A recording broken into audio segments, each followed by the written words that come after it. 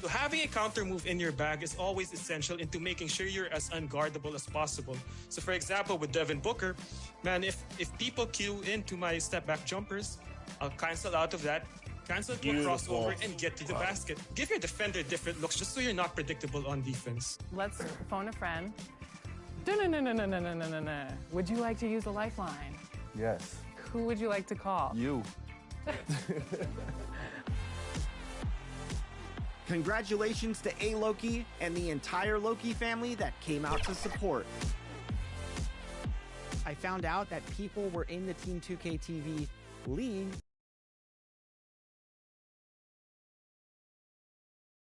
Broadcasting live, 2K Sports presents the NBA. It's Monday night. This is Kevin Harlan alongside Greg Anthony as well as Brett Berry. And we'll be catching up a bit from the sideline with David Aldridge. DA, take it away. Well, thanks very much, guys. Now, it's no secret at the end of quarters, players will wait until just after the buzzer sounds to fire up heaves, so they won't hurt their field goal percentage. To encourage a nothing-to-lose approach on these plays, many say it's past time that the league only counts the makes in those situations. Kevin, it's kind of interesting. Yeah, it is. Do it. Thanks, DA. A lot of focus on the guard matchup tonight, Greg. Both these teams rely on their backcourts to lead the way for them. And if anything, it should make for an entertaining basketball game. And it becomes a little bit of a chess match when it's a backcourt duel. Those are always fun. And the Oakland starting five. Julius Randle is out there with Towns. Then there's Jason Tatum. Then it's De'Aaron Fox. And it's Bassey in at the center. And for the Suns, they've got Cole Anthony. Thompson is out there with Anthony Davis. Then there's Jalen Green. And it's Pokusevski in at the center position. Fox getting some room and getting up. Outside, Green. Pass to Davis. 6 to shoot. Here's Anthony. Sweet little floater. When the player gets a feel for that floater, it can really make things tough on defenders. You're just not sure how to guard them and where your point of commitment is. And that was the Mobile One drive. Well worth a second look. It's all about the ability to get 2 feet in the paint, whether it's creating for a teammate or for yourself. Tatum finds Towns. Towns is doubled. The three from Tatum. And the three ball is good. Nice work by Tatum. A better three-point shooter than many scouts thought he might be. Anthony down low. Guarded by Fox. Anthony's shot is off. And as I watch Cole out there, Kevin, I just love the progression he's made. The young man's put the work in to improve his game and really only starting to scratch the surface. Now here's Tatum. Playing Memphis, he was nearly unstoppable. And close to making the defense pay for the lax coverage that time. Green bounce pass. The tray. He can't get that one. And Oakland the other way now. For Cole Anthony, GA, this team believes in his future. I mean, he's a competitive kid and knows how to play the right way. And now he understands how to play winning basketball. And that's no bias from me. That's just my analysis. Excellent job of simply taking what the defense offered up. Some tough offensive sets. They want to turn it around. Yeah, right now you just need a bucket to get some momentum. Outside Tatum. Inside. And they call the foul, so he's got the and one chance here to make it a three-point play. Oh, this is the kind of start they were hoping for. Oakland shooting their first free throw of the game right now. And look back a season ago. They did a solid job at the line. About 79% of their free throws. And his freedom, he's checked in for Pokusevski.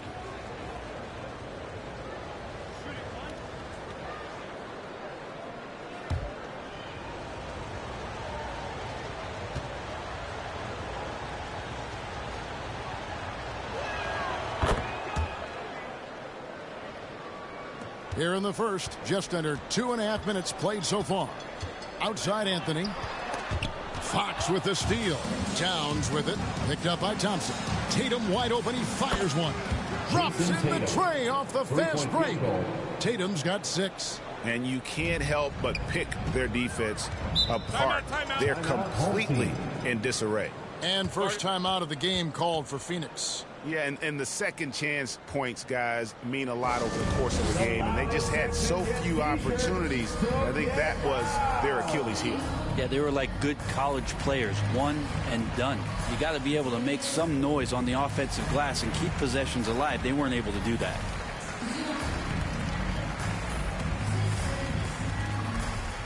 And your dance team.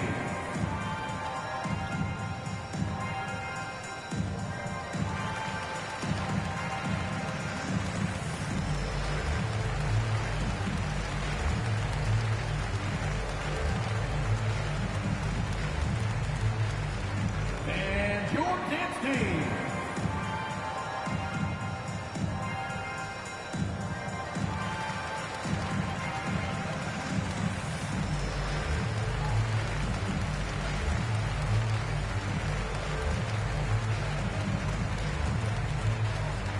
Fans, please give a big round of applause for your dance team.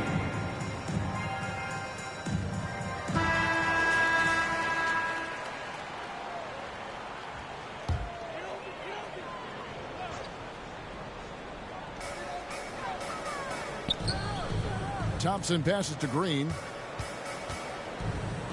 Back to Thompson. 6 on the shot clock to end the cold streak. Phoenix no good that time either. And they're 1 of 5 to start this game. Just really haven't gotten into a flow offensively. Oh, great ball movement there. Pass to Freedom. Outside, Green. Back to Freedom. Oakland grabs the miss. For him, it's harder to miss that shot than it is to make that shot. I think he was anticipating a bit of a bump there. The kick out to Towns. Good, and it's Tatum picking up the assist. Tatum's got 3 assists tonight.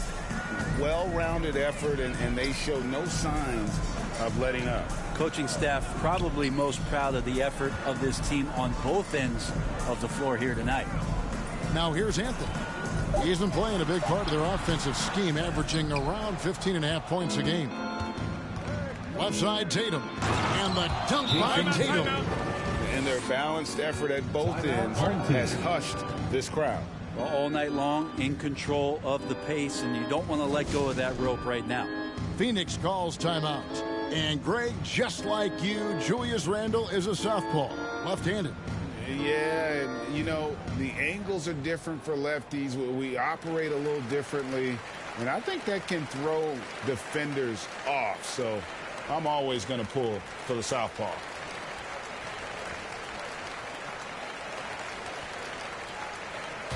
Give them a hand, fans. Your dance team.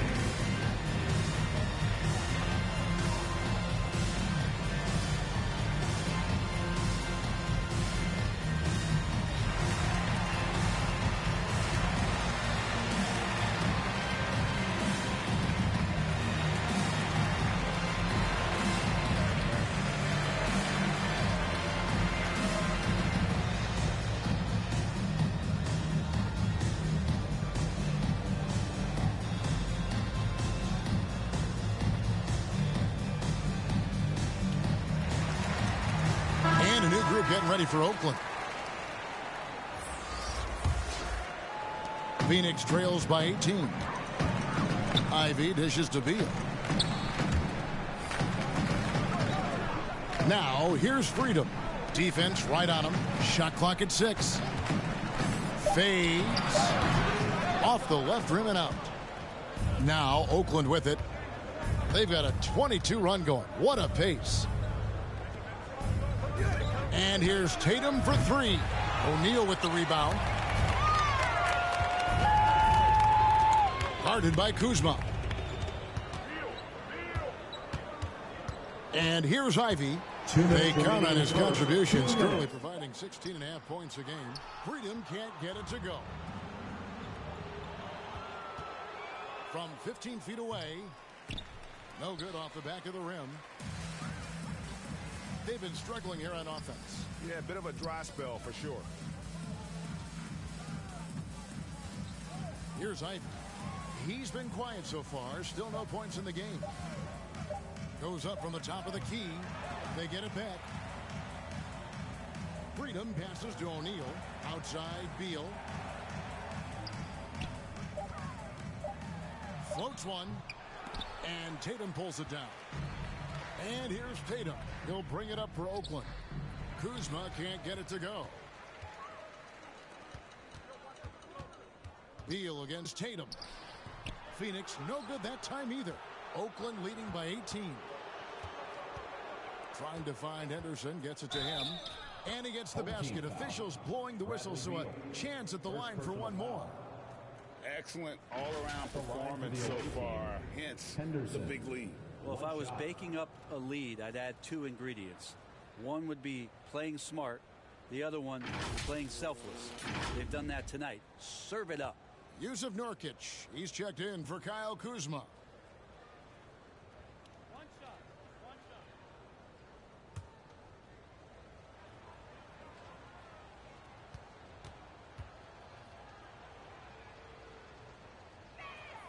And that one falls for Henderson. Now, here's Ivy. Last game he had 12.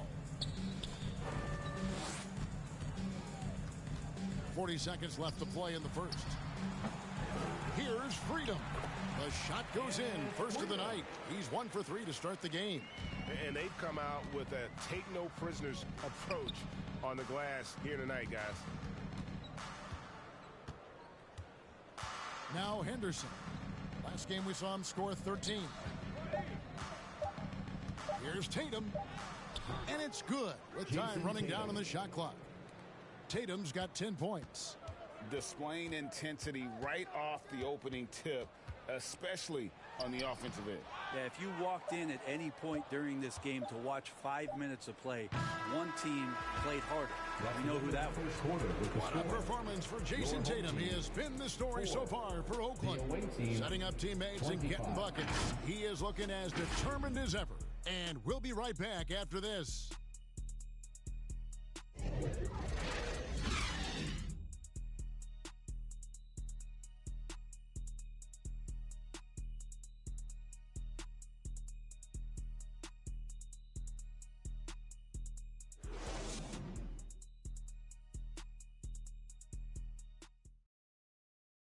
Fans, please give a big round of applause for your... And so far through one quarter, it's been a lopsided game. We'll see if that changes here in the second. And taking a look at Oakland's performance here, guys. What have they been doing or not doing? Well, their effort on the defensive end has set the tone for this game. Yeah, defense has been infectious here as everybody stepping up aggressively on that end. Still very early in the season here, but teams, Greg, beginning to hit their stride and get into a rhythm. And the same can be said for the younger talent. The rookies are shaking off those debut jitters and starting to show us what they can really do. And so in the game for Oakland, Julius Randle is out there with Nurkic, and it's Fox, then it's Karl Anthony Towns, and it's Reeves in at the shooting guard. And they've got a big lead, not just on the scoreboard, but really in the rebounding numbers as well. Randle with a great effort there, up and athletic and at the rim. Anthony with it. He had 15 points last outing. Thompson misses. And even without that three ball dropping for him, the defense should have done more on that last play.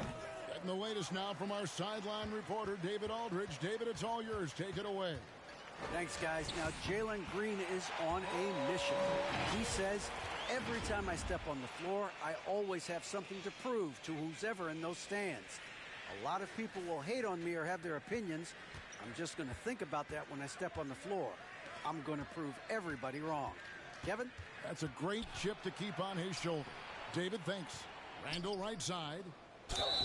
And that'll be 2 free throws coming up. Officials on the call with the foul. First personal foul. That one on Davis. First team foul. Randle just continuing to fight out there, whether you're looking at his career or the individual game. This guy just doesn't back down.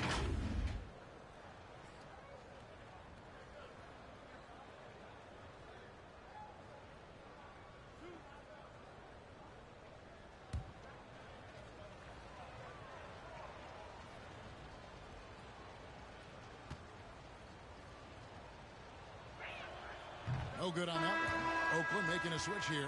Bassey's checked in.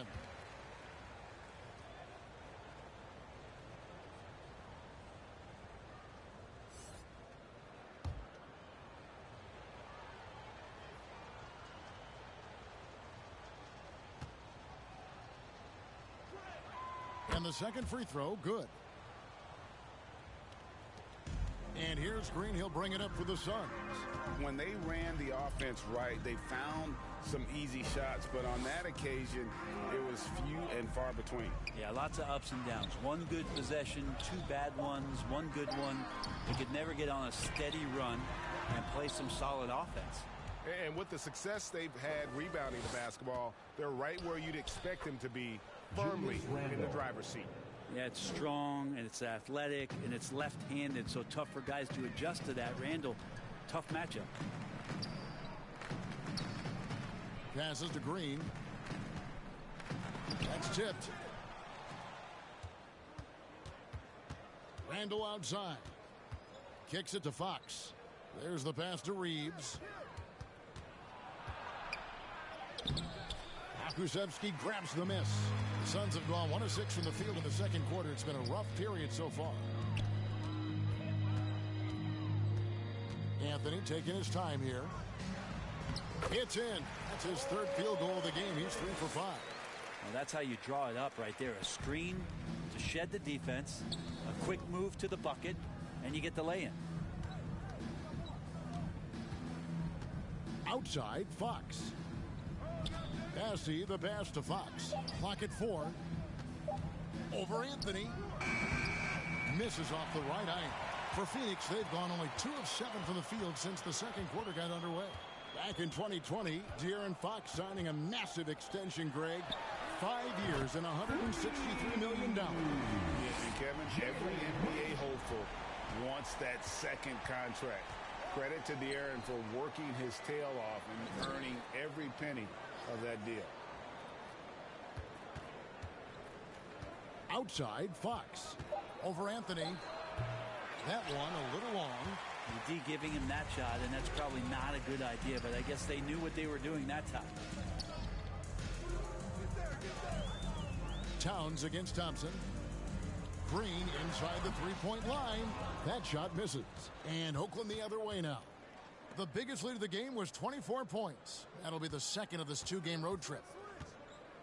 Here's Towns. Shooting foul as the whistle blows. He'll shoot 2 free throws. Second personal foul. And nice intensity from Towns in the paint. Doesn't back off and takes that shot while being fouled. For Oakland, they've shot 75% at the line tonight, going 3 for 4.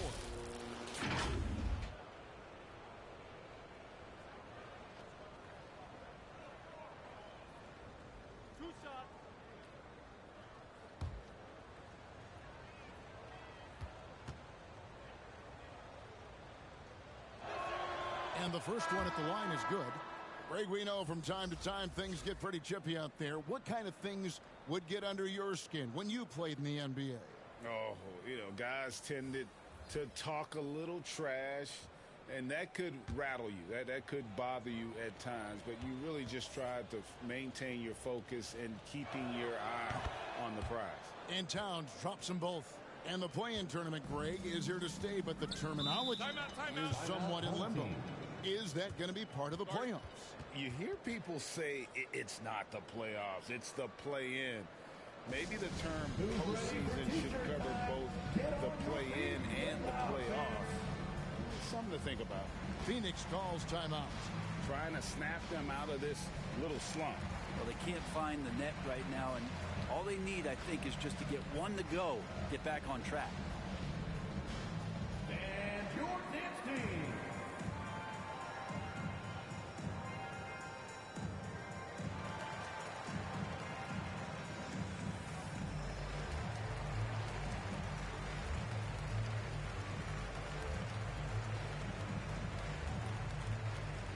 And please give a big round of applause for your dance team.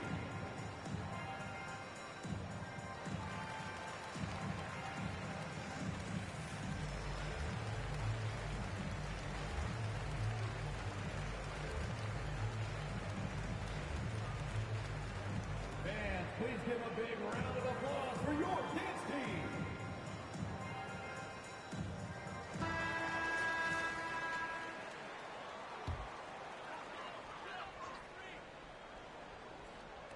And it's the Suns with the ball.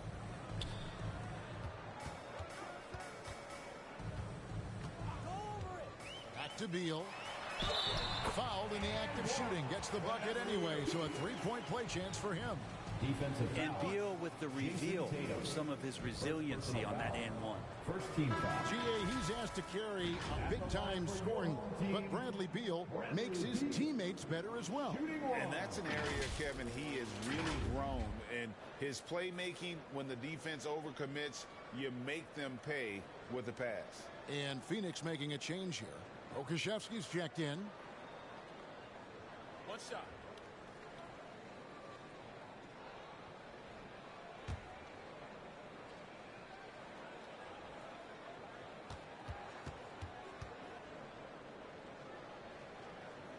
And that one falls for Beal.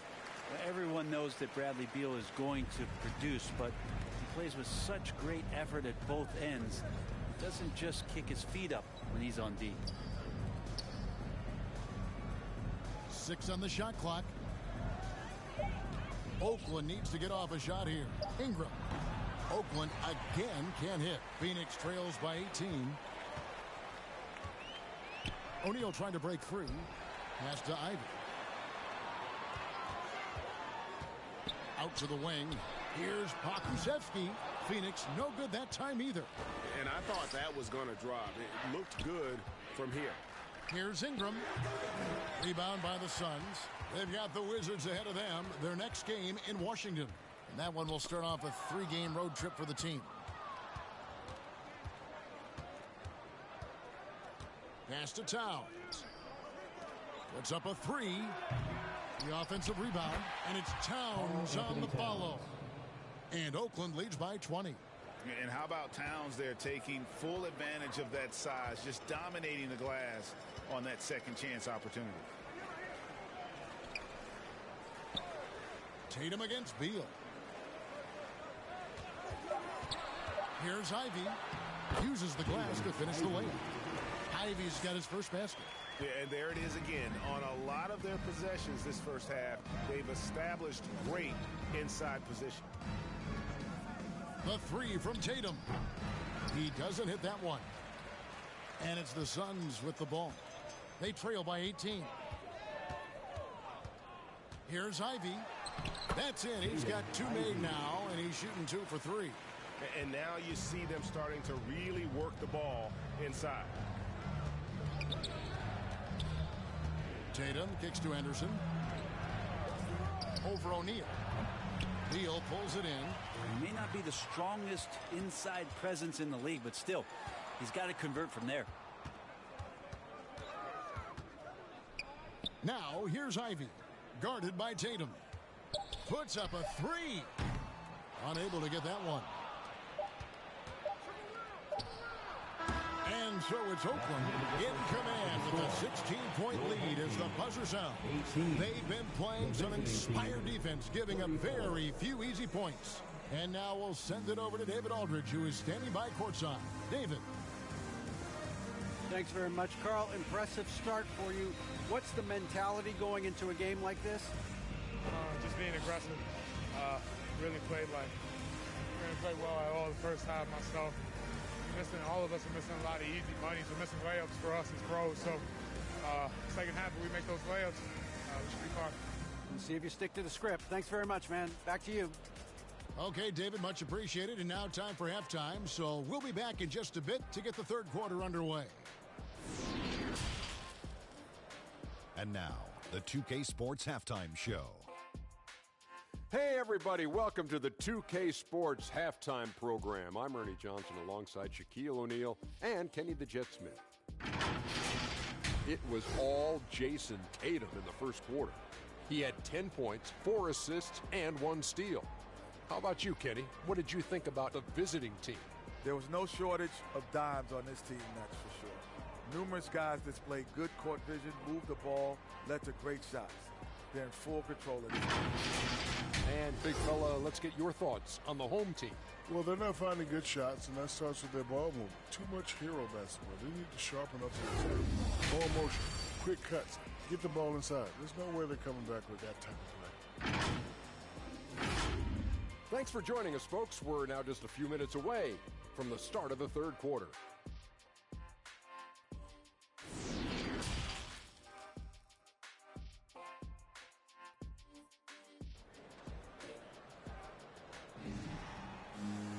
And after a very lopsided first half, we'll see if things play out a little more evenly here in the second. You know, guys, Jason Tatum has really been making it happen. Yeah, and through the first 2 quarters, he has been the offense for this team. Yeah, he's shouldering the load right now and looking really comfortable while he's doing it. And with a big gap on the scoreboard, the second half begins with very different goals for these teams. One side trying to mount a comeback, one side trying to protect their lead. So with Davis sitting on the bench, here's the group that Monty Williams has on the floor. Anthony is out there with Green. Then it's O'Neal. Then it's Thompson. And it's Pokuševski in at the pivot spot, manning the middle. And De'Aaron Fox gets the whistle that time. That is his first foul of the game. And you can see he just didn't get squared up with his feet. Anthony Davis is checked in for the Suns. And now let's take a look again at that incredible rejection. And guys, that is lockdown defense at its finest. Going right at the shot and then able to knock it away.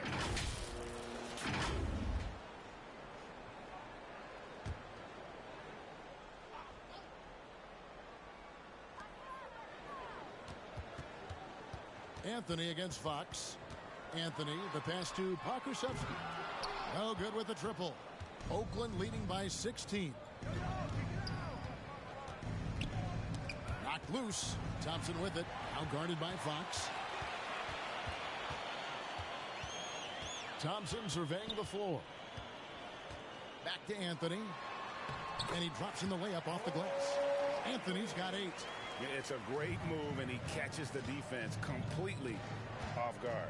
Well, just ripping through right there as he finds the open spot and gets right through there. High basketball IQ play. It's Thompson off the drive, and Thompson throws it down.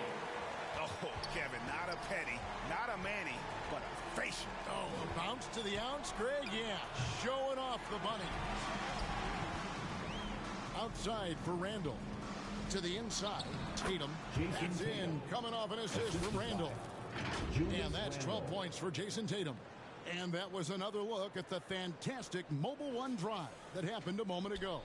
And a drive like that one can be a knockout punch. Great finish at this juncture. Towns against Thompson. They kick it out to Green. Just 5 to shoot. Again, Phoenix. Not even thinking about it. When Green is catching and firing like that, you know he's feeling it. And with that lightning first step of Jalen Green, very few defenders have a chance of keeping him in front. And Greg, one thing about that blinding speed of Green, he's got to make his reads faster as well. I think the game is slowing down for him, though, Kevin. And that and speeding up his shot release will make him even tougher to deal with. O'Neal's checked in for Phoenix.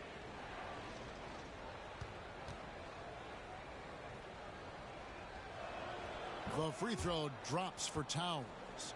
And we've seen Towns take on more of a leadership role over the years, wanting to be the guy for this team.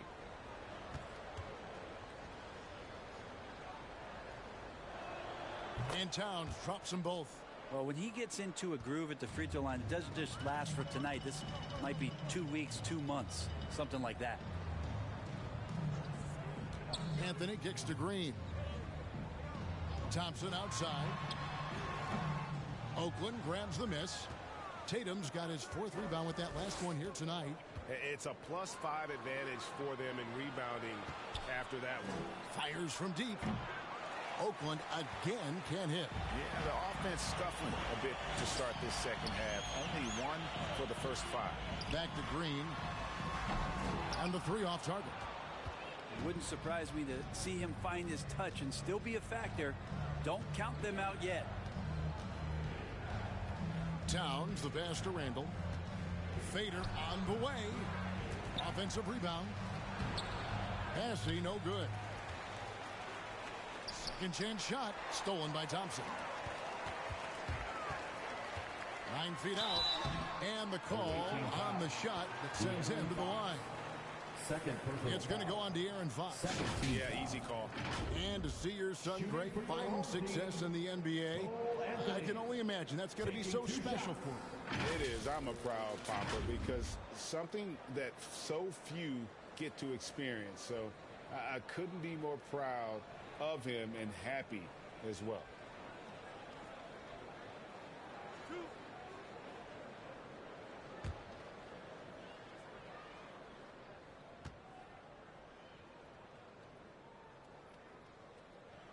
That free throw good from Anthony.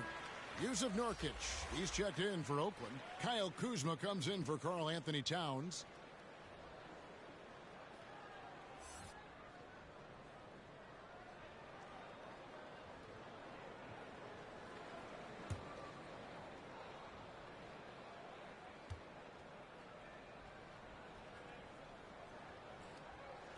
And Anthony drops them both. Third quarter action and just under 3.5 minutes have gone. Timeout is called. First of the game for Oakland. And coaches looking to seize every advantage, maximize every possession. Got to feel good as a coach if you make all those adjustments.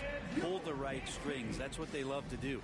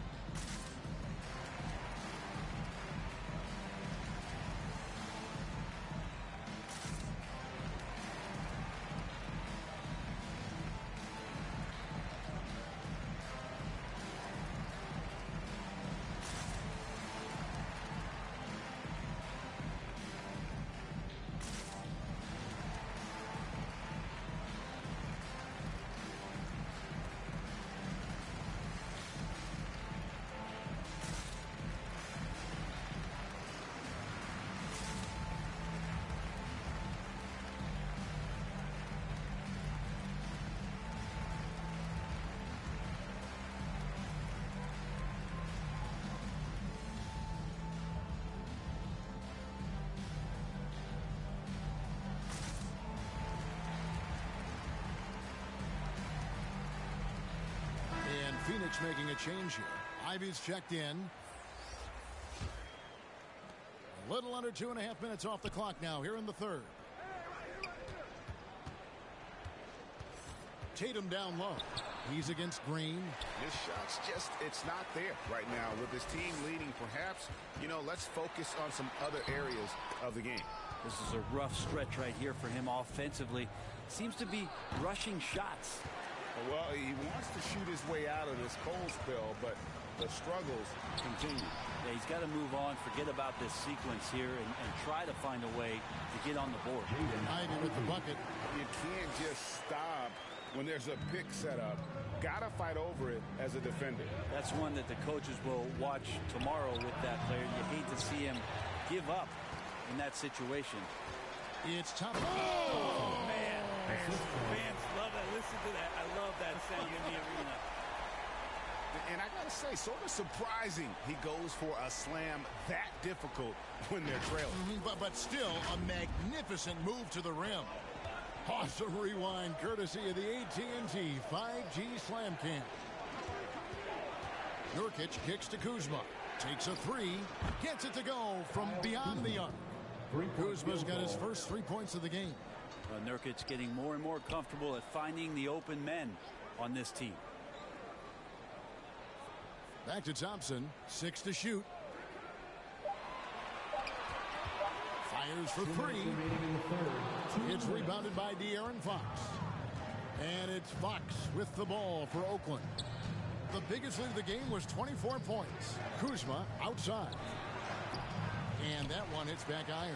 Phoenix trails by 11. And here's Ivy. And too much time in the lane. They get called for the 3-second violation. And that is just a deflating error on his part. Yeah, he knows he shouldn't have made it, and that's just really overall a frustrating sequence that hopefully doesn't stick with him. Bradley Beal's checked in for Jalen Green.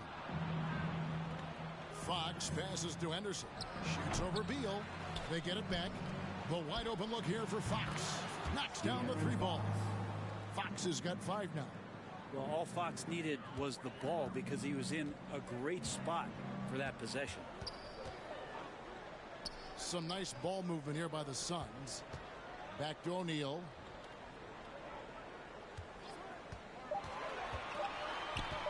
Knocks it loose. And the shot clock expires. 24-second violation. Away team ball. A different look for Oakland. Bassey's checked in. And it's Brandon Ingram in for Kyle Kuzma. Oakland leading by 14. Henderson passes to Bassey. He kicks to Ingram. And oh boy, a lot of contact there, but he gets the call and will shoot 2. And you look at the way Ingram can get off the shot. When he gets to his spots, there's just no stopping him. Very few players can create like he can.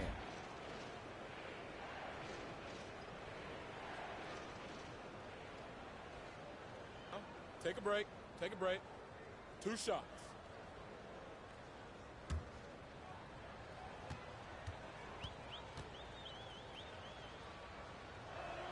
First free throw is good.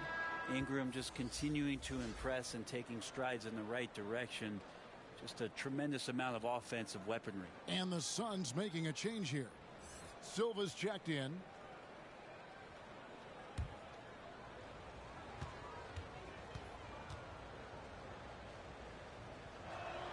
Both free throws good for Ingram. We're still waiting for that first miss from the line this half. Pass to Ivy. Thompson against Ingram. Here's Pokusevski. That's in, coming off the assist from Thompson. Thompson's got 3 assists now in this one. Ingram deciding where to go with it.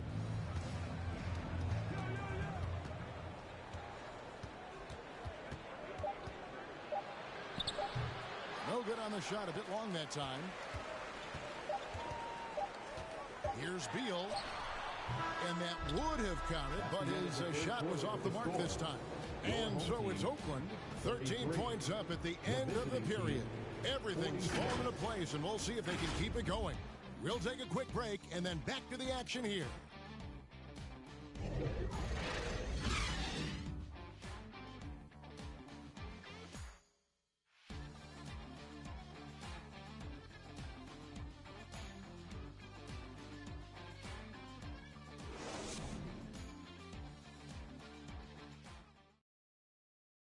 And let's take now this moment to bring up our State Farm assist of the game.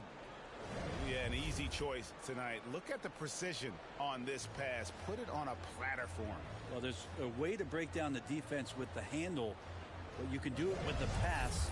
Prime example of that right there.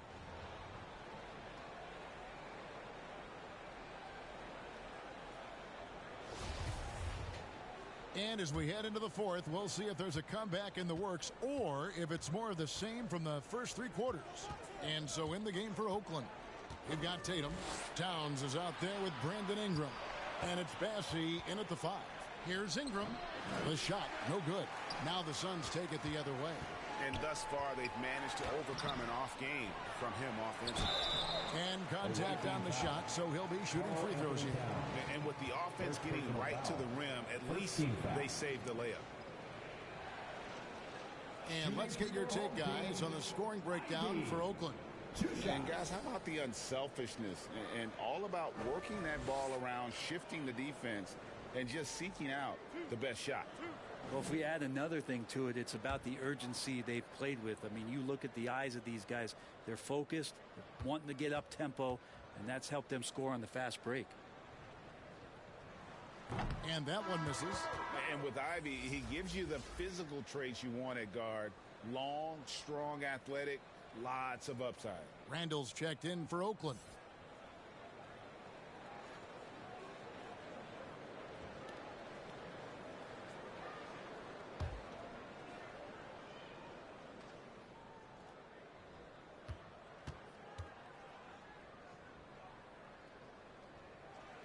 He hits the second from the line.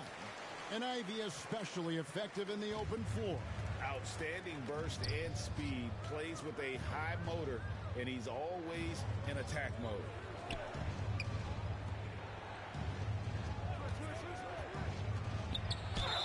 And he's fouled pretty hard on that shot, but he's got the chance to pick up the points at the line. It goes on Jaden Ivey. Randall can hold his own down on the inside with that physical frame.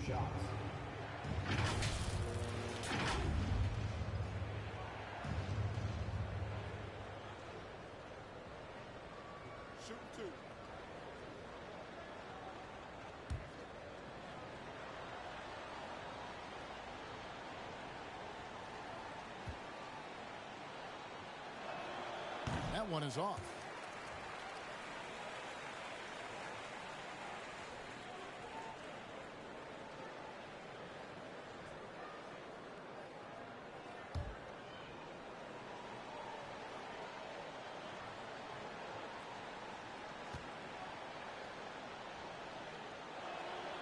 And he's good on the second. Phoenix trails by 13. Here's Anthony. Outside, Beal. Now the pass to Green. Down to 5 on the shot clock. Looking to get back on track here. He gets it in there. And you can tell Green is a competitive player, willing to put in the sweat to find looks. Henderson passes to Bassey. Now here's Towns.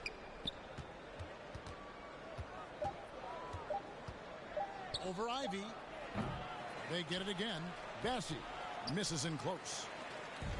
And so it's Anthony bringing it up for the Suns. They've only given up 1 point in the fourth quarter. That's just tremendous scoring instinct. So fun to watch him work in the half court. First personal foul.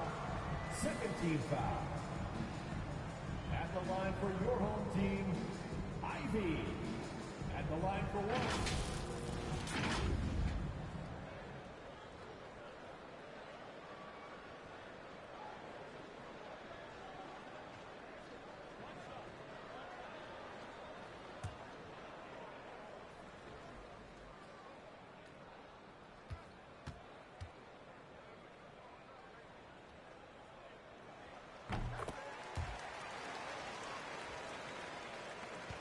Oakland leading by 8.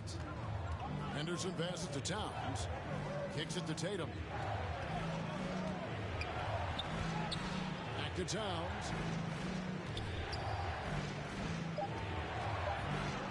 Towns is doubled. Here's Henderson. Oakland getting another chance here. Counting. Performance on the offensive end. He's making the defenders pay right now for all of the mistakes they're making. And the Suns call time. And during this timeout, I'm sure they'll be hydrating themselves with Gatorade. All the effort out there on the floor. And these timeouts can be such a huge factor in getting a short rest and recharging the battery.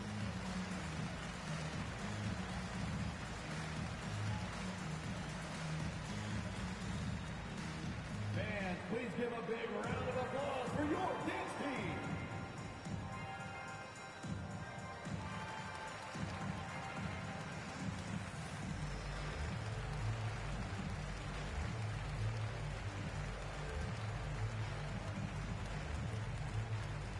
Fans, please give a big round of applause for your dance team.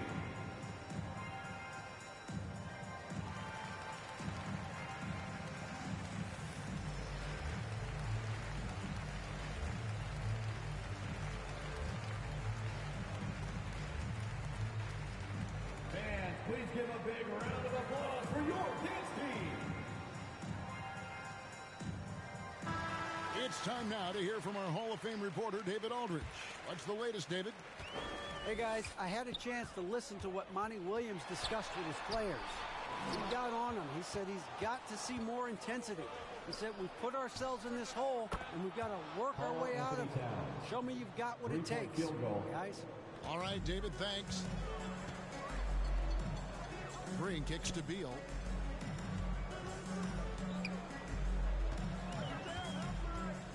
Pass to Pokusevski. Good, and it's Beal picking up the assist. How about the 7-footer out there knocking down threes, poking from distance? Outside, Towns. Pass to Randall. Lets it go from deep. And Oakland hits again from deep. Well, the D has done a very poor job at contesting him from outside, guys. He's tearing into them right now, and they cannot stop him. Here's Beal, and 2 free throws coming up, unable to get that one to go with all the contact. And Bradley Beal right there just using the force to get to the free throw line. Shooting for your home team, Bradley Beal at the line for 2.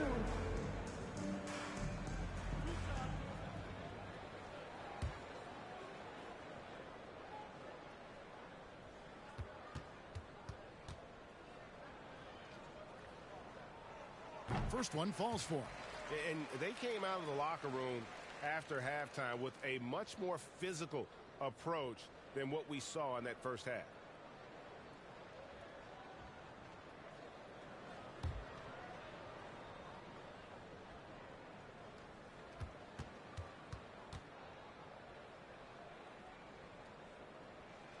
And both free throws good for Beal. Oakland leading by 11. Henderson kicks to Tatum. Takes it inside. 2 free throws coming up, and they call the shooting foul. That's on Jalen Green. And Jason Tatum seems, GA, like he's on the verge of being a superstar in the league. And Kevin, some would say he is already there. It feels like he's going to win an MVP in the next 5 years. He's already shown he can lead a team to the finals. Take a break. Take a break. 2 shots.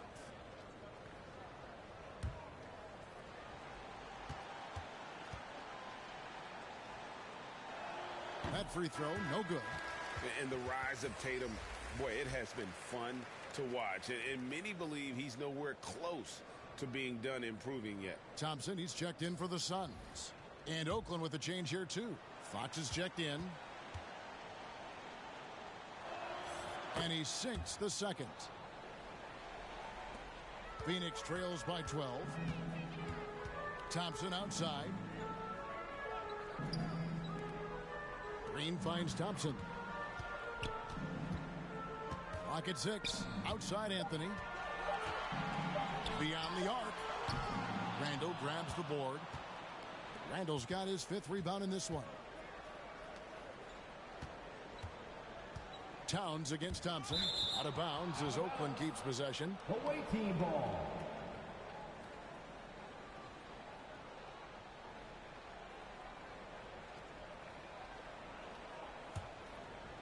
Here's Towns. Towns is doubled.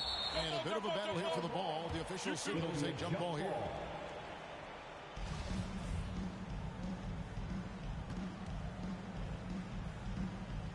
So it's Oakland now. Shot clock at 5. 3-pointer Randall. Phoenix grabs the miss. Not quite enough defense that time around. Just lucky he was off. Shot is good, and the Oakland lead is cut to just 9 points on the basket from Green. And that one's good, Bessie. Unselfish play by Tatum, getting it to a shooter in rhythm instead of chasing his own shot. Beal dishes to Green. And the rejection by Tatum. Anthony against Fox. Outside, Towns. And a miss there on the triple. For Phoenix, they've gone 4 of 8 in this 4th quarter, shooting at even 50% from the field. The shot by Beal, no good. Oakland leading by 11. Here's Tatum. Misses off the left iron. Well, Phoenix shooting just 35%. They've got to get better looks. Thompson misses. And so it's Randall bringing it up now for Oakland. Towns is doubled. Outside Tatum. Passes it to Fox. Back to Tatum.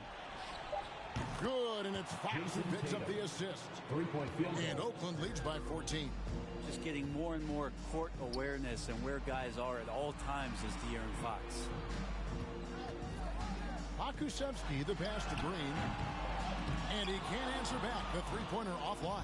For Oakland, they've gone 5 of 12 from the field entering the fourth quarter. Back to Fox. No one near Randall as he lets it go. And so just rolling to the finish line now in what has been a very confident-looking performance for Oakland. Two great rebounding teams. And these guys worked just a little bit harder tonight, and that was the edge they needed. And an important milestone for them tonight as they pick up win number 10. And as we get set to put this one to bed, a one-sided season series thus far, they've won 2 straight. And watched them all night long. No one could really stop them. Just another excellent game it was for Jason Tatum. So sharp on the passing tonight. You know, guys can get into a rhythm that way, too. At the line for your home team, Bradley Beal, taking 2 shots. Aw, the club's still not here. 2 shots. Relax on the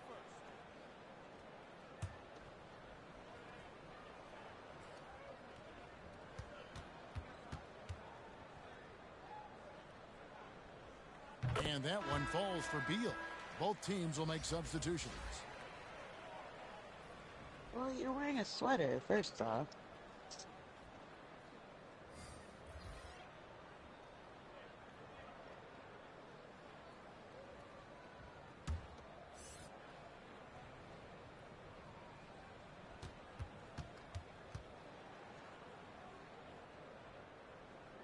So he gets them both.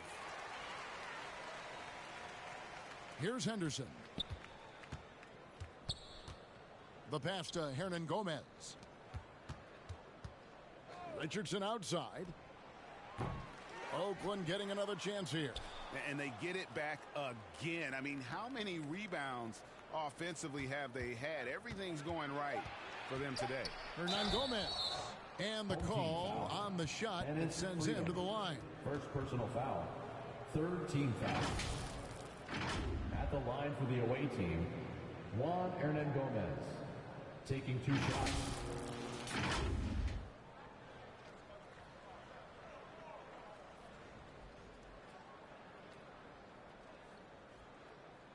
Hey, baby girls. Hi.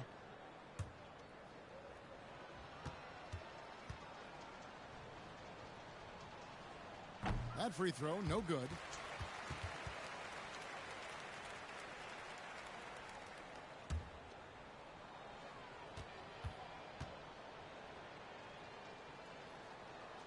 Good on the second free throw. 16 seconds left in the fourth. Pass to Jaquez. Phoenix, no good that time either. It's because we hold it in because we don't want to fart in front of you. So it's Oakland picking up the win. This was a very strong showing for him, Greg. Not necessarily a runaway win, but one they'll feel very good about. And let's face it, anytime you can go on the road and win in the fashion they did, you have to feel good about it. Really an outstanding effort all the way around. And that's going to do it tonight, folks, for our broadcast. For Brett Berry, Greg Anthony, and David Aldridge, this is Kevin Harlan along with our 2K Sports crew. We'll see you later.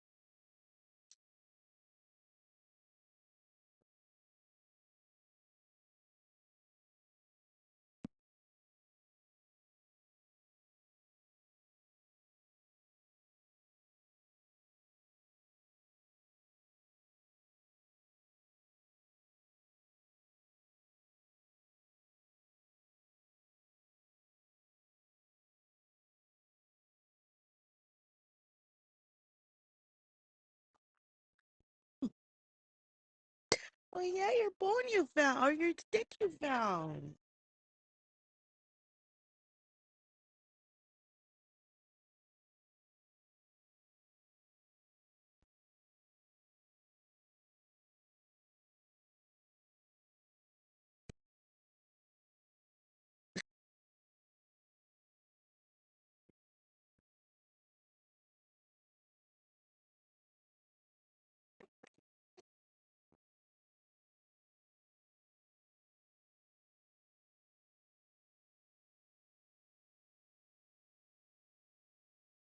Oh, I gotta get it.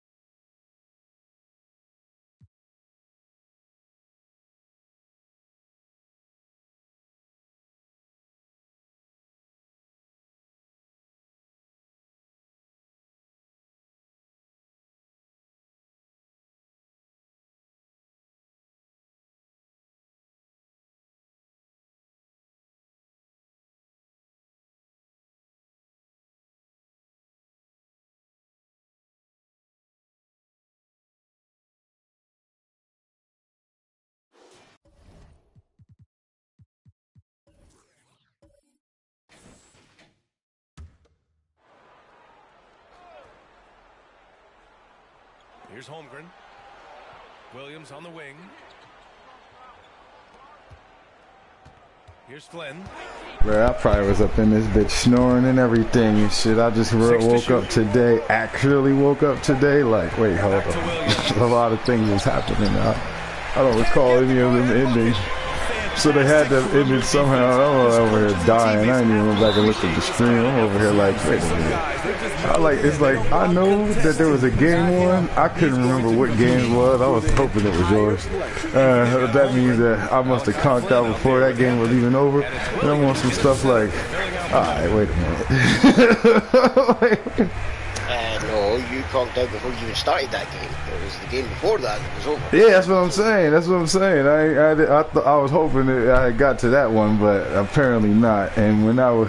Yes, I was fucking talking, and then it was like fucking... I was gone. I don't know what point. Yep. Then the stream ended, I was like, okay, so can you wake up and turn the stream off, or can somebody just take the controller off and turn the stream off? Yeah, man. Never say that, like you're muted, and then the stream ended. Shit, I ain't mute. That shit must have been dead or something, or whatever it was.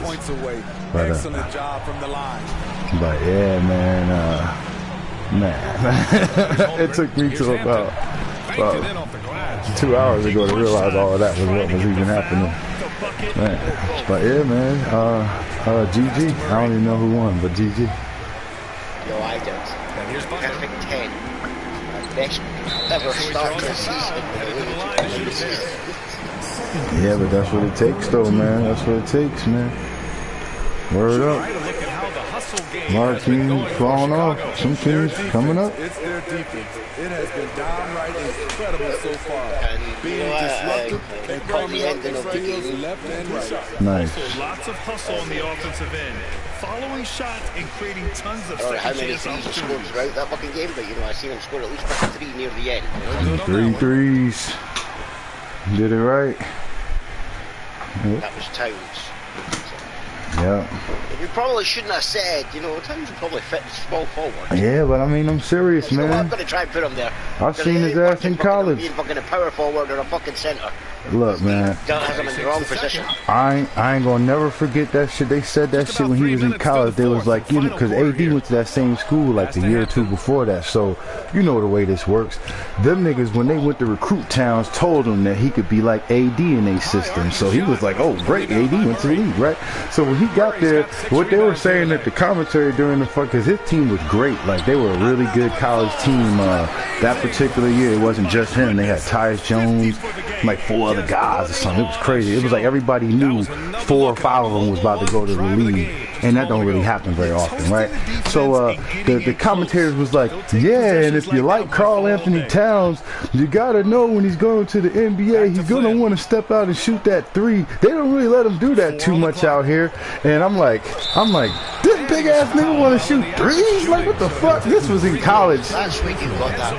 Yeah, man, I've known it about him this whole time. Fucking like the last few fucking seasons in the ring where fucking, I was focusing on fucking Kemba Walker shooting the 3s, we fucking, Larry Nance, the whole fucking quick 13. And I started messing around with my own game, and I was like, okay, these two do this fucking move that the Kings fucking seem to do a lot of. And then when I think of it, I was like, yeah, the Kings basically invented the quick 13. I was like, okay, that's why they have more of it than everybody else. Nice. That's why it's always in their playbook. They basically they came up with that fucking move. It was their quick 13. Throw people off by the fucking person quickly running and then pass the ball. They did it right. I was like, okay, so Larry Nance and fucking Kemba Walker can do that. And then, once I was replacing Walker, when he started constantly missing like 40% of his fucking shots and scoring like 2 out of like fucking 50 shots. He makes both free throws. And I got Dinwiddie to replace him. We played just over 3.5 minutes now in the fourth quarter. The last few seasons, all I've had was Towns wants to shoot those 3s. Hey, word up. He do. Probably shoot the small forward, so that's why I was like, it's not fucking working because he seems to just be on the court. Yeah. Woman. Yeah, I was noticing that. Yeah, he just out there. Yeah, I noticed that too, man. I didn't understand that. It's like he was doing stuff though, especially on defense. But I mean, with Bassey out there, you know, he kept saying he had like fucking 8 points and everything, and fucking rebounds and everything. It's like, wait, yeah. fucking at all. I watched this game. When did he get all these? He be sneaking them shits in, but them the kind of points. That's the type of production you want when they ain't even trying to get it. They just getting it. The byproduct of them just being good. See, there's the handy thing about the whole Project Bassey. That's true. Clock at 6. The whole Project Bassey allowed you to. Here's Tatum, power forward, Towns to power forward. That didn't work. He's still blended in with the scenery. In the game. Class eating. Part of the Williams punches it home. One of the cases where height fails to tell you the whole and then, story. with Bassey eventually, basically building the number one center on the team. Who can play power forward as well. Outside Murray. Put him in those positions as well, and he can play it perfectly fine. Man, that's what he wants And too. then look at him. He's even fucking taking fucking shots and fucking running fucking dunks and layups and getting in position instead of just, being there. Great read between those two guys. The defense didn't Yeah, that's what you want out of him, man. I seen him take a free And Towns, him and AD said it. He said he liked it when they had JaVale McGee and Dwight the year they won, because that allowed him to step out and he'd be able to do more and shoot threes. Right, he'd be able to do more, but now the way shit's set up, he got to do all the grunt work. So while you putting Bassey at the center, that opens up the whole floor for Town. Hardy's got something similar going on with AD. He's got Wiseman at center, AD at power forward, and that's where they're more comfortable at, man. I don't like it. I be wanting. I told my nephew yesterday. He's like, I'm almost as tall as you. I'm like, yeah, but you ain't got no butt, so I'll bully you all around. Like, I just booty bump you all around about. I ain't gotta beat you up. Just throw my hip at you. You going down. Word up, man. That's what I want to see these big guys do. But, if he could shoot the three, he should shoot the three. The better question is, who gonna block it? What's that? They're different times, but, there's points like this where you wish there was, time machine things where you could take somebody back and go, okay, I want you to fucking play on this team with that person. Go, Ja Morant, go do your fucking fancy acrobatics against Shaq, because he's just going to fucking do that fucking thing and into the audience. Yeah, Shaq gonna punish you. Diving through the air like you're fucking in a fucking Japanese fucking movie. Yeah, it's a lot of guys that would give Ja that work every time in the paint. A lot of old Pistons, old Knicks. Yeah, Rodman's rough. I seen Rodman gonna be at StarCast. Oh man, I see Rodman's gonna be at StarCast. They got a star now.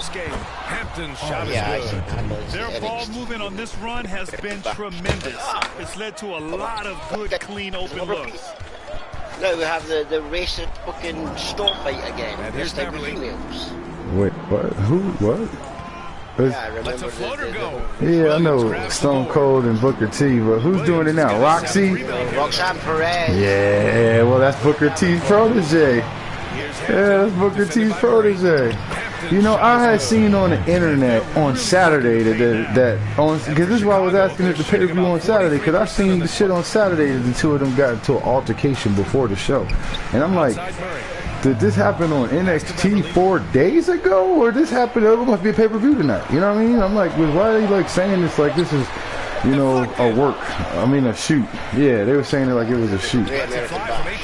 Yeah, but then the niggas told me the bash wasn't until Sunday night. But I literally read this Saturday night. Word up. It was right in here, 2-ass SCG and everything. Word up. I don't know, maybe they filmed it. That was on NXT. Okay. Store fight. Okay. Take the time out, or do you're about to find out fucking how bad Perez can be. This team does have some depth. That's terrible. Now, but hold on. With police lights in the background, they're like, no, you should be arrested for fighting in that store. If you're just trying to play this off as this is an actual store, the fucking... This shit is so stupid. In Austin one where they hired the store, it's like, look, we'll pay you this much, that'll cover all the damage in the ring, and you just close the store so we can focus. Yeah, but shit. You can clearly tell that that's a set because, you know, Strikey just made looking really, really dark outside. There's like there's nothing else outside apart from fucking flashing lights. That's it. Nothing. They're at full sale, y'all. They're doing full sale. But then hold on. So before I even get into this, you know, King Slayer, we've had our run-ins in the past, but I promise you, King Slayer, that if I ain't fighting you in your store. No.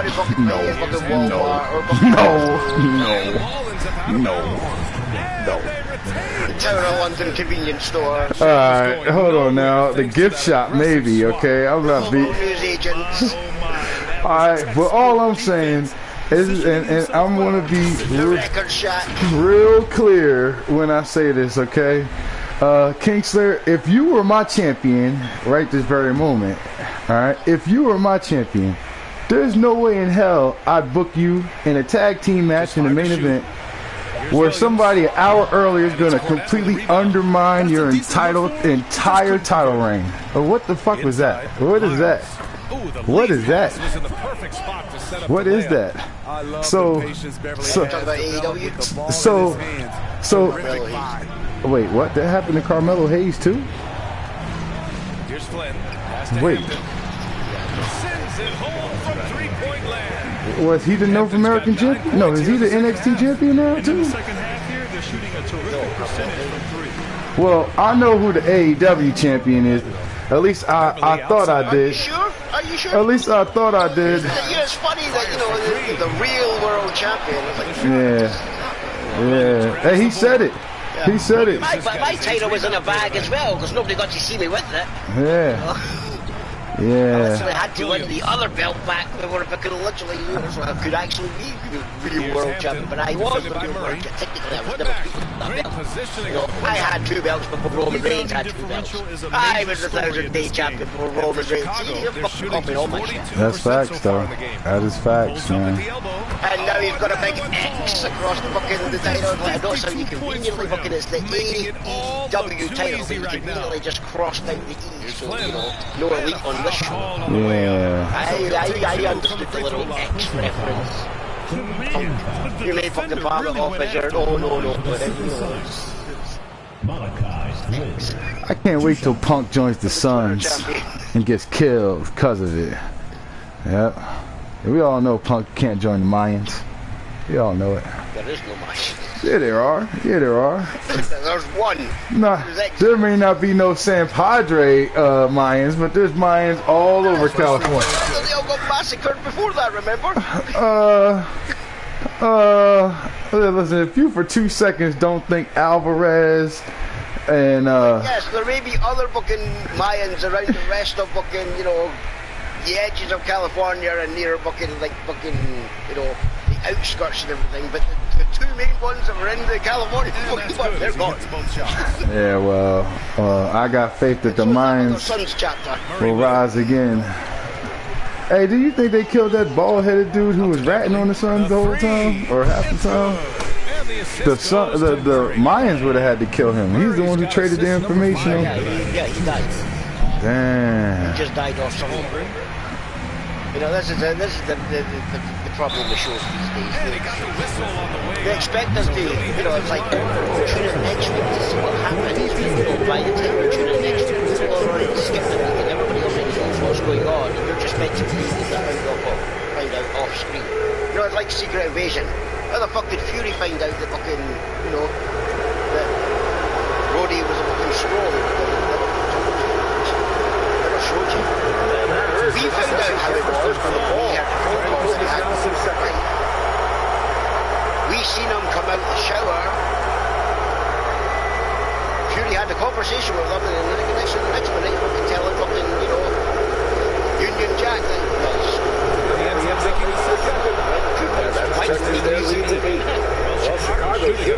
Why don't we get to see the reaction? It's parts we want to fucking see. We don't want to fucking see this. This is what Secret Invasion is. This is what it's coming. But this is not right. This is the show.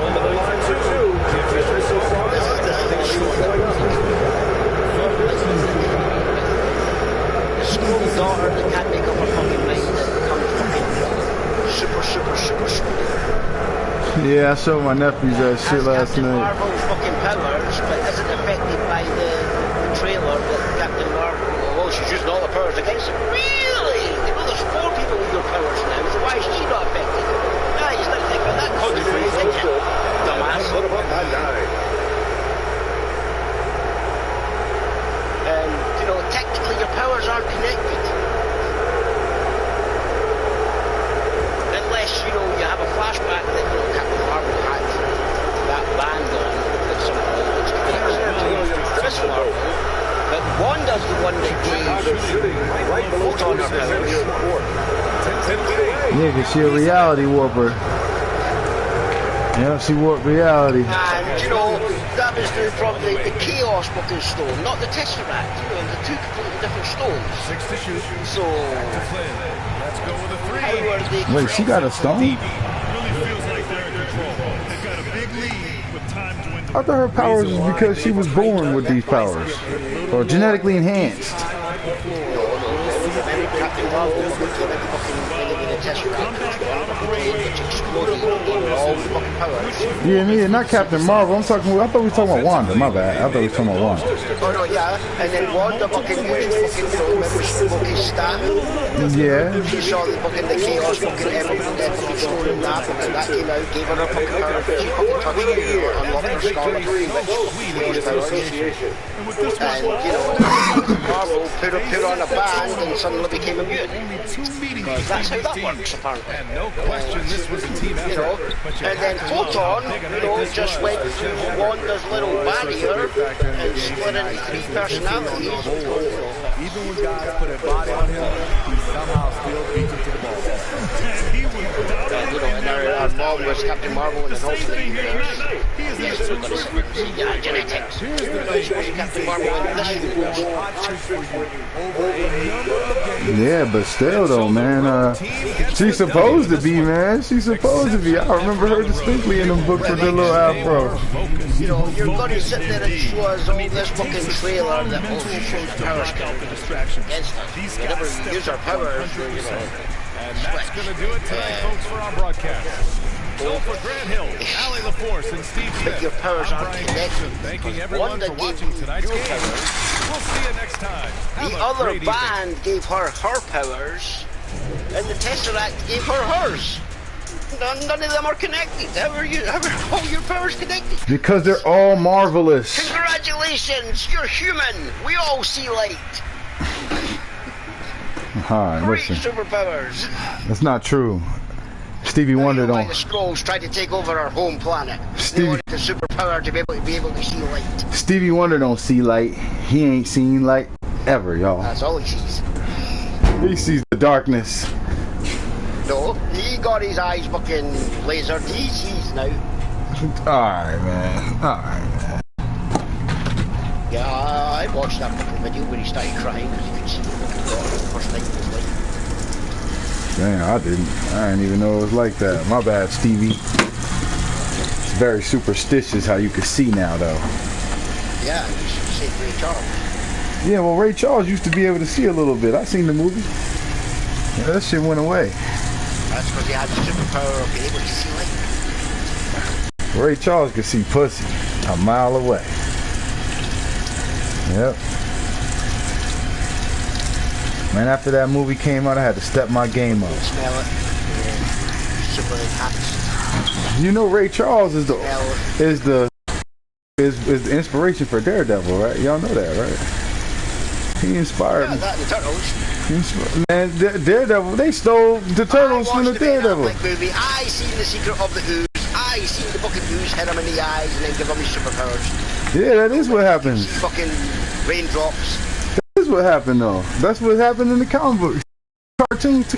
Like, I remember I used to watch old-ass Marvel cartoons, and I remember that. Fucking just standard fucking acid in fucking comics. Yeah, yeah. Burnt out his eyes. Not fucking green ooze. That fucking Acid's always been green, alright? We all know it. Acme made the first 77 batches of acid. It wasn't fucking thick and fucking gooey, though. You know, like it fucking be attached to turtles and then, you know, make them fucking talk and grow and learn fucking All right, listen, man. Their fighting style as they not going to be racist and then ninjutsu. They ninjas, shit. I mean, ninjutsu is ninjas. There's different kinds of ninjas. Yeah, well, they do ninjutsu. Can't nobody argue against that one. They didn't. Oh shit, this game over. Yes, you can, because you don't use size and nunchucks and their training styles are weird because it's 3 different types. How did Splinter know all these types? He was a master. You only watched one movie. He didn't watch a movie. He lived with the guy. He was the mouse pet of the guy. Tell that to fucking what was the turtle fucking movie where fucking I'm pretty sure he watched fucking old I ain't seen that movie yet. Kung Fu movies in the cinema, which fucking the same thing. What? Yeah. That's a terrible origin from story. the big screen. Like every child does, and they go watch Rocky, they go out and start punching shit. Yeah, that's what I did. That's normal, y'all. That's normal. Damn. That's fucked up. I didn't know it was like that. Yeah, they got too many of these shits. Jumping over fucking couches and go, it's morphin' time! Sit your ass down, no it's not.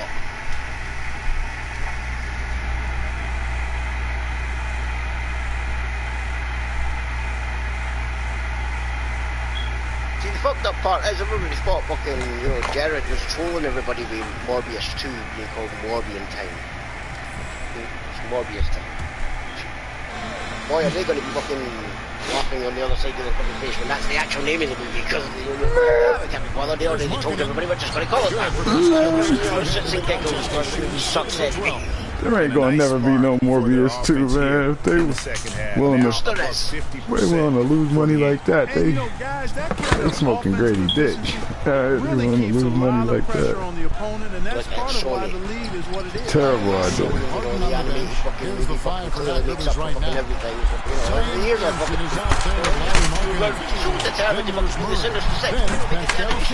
Why though? Why? Huh? I don't know, because whoever's in charge of fucking Sony's fucking Spider-Man fucking part and everything has a fucking hard on for this Sinister man 6. for fucking the Sinister 6. And it's not even a fucking actual Sinister 6, they're just making up fucking... Yeah, any 6 guys. Well, you said that same shit about Excalibur, talking about the fucking Scroll Queen. You're gonna be in the Excalibur. Let's just make up fucking Guardians. Yeah, but I wish Marvel would do that. That's my problem with Marvel, is that they be trying to keep the X-Men and human-related characters off on this desolate island, and now they literally off on, or technically now they all dead, but they do that too. But they like even though this is why Excalibur was always interesting to me, because I always got that book. I always got that shit. It had Colossus and Nightcrawler, right? So even though there's no hero in the entire Europe, right? I don't expect those ones to be in the... I already know. I'm not gonna watch it neither. It's got to be the British versions that have the fucking, the powers. Probably just be Scrolls. Yeah. Yeah. He'll probably turn out to be a fucking super Scroll. He'll be the Emperor that they're talking about. They're fucking all the other Scrolls looking forward. Yeah, but you're probably right though. It's the sad part. I used to get that shit all the time, bro. I'm like, oh, so you have Captain Marvel's powers and all the rest of the Guardians' powers. When you talk about a just call you Captain Guardian. Yeah, you could be the king. I'll be Captain Britain. We're captains. You can't have 2 captains on the same team. Sure you can. Oh man. Remember the Harley Quinn fucking... You can't have 2 captains on the same fucking team. Yeah, you can.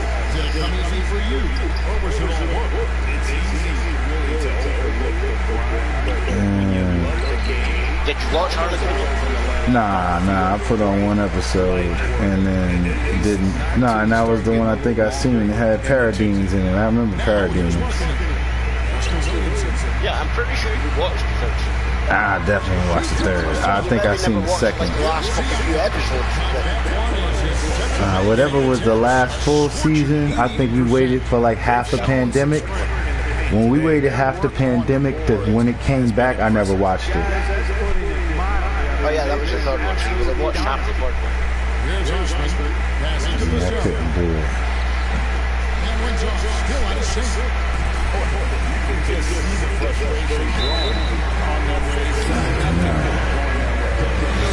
It won't great.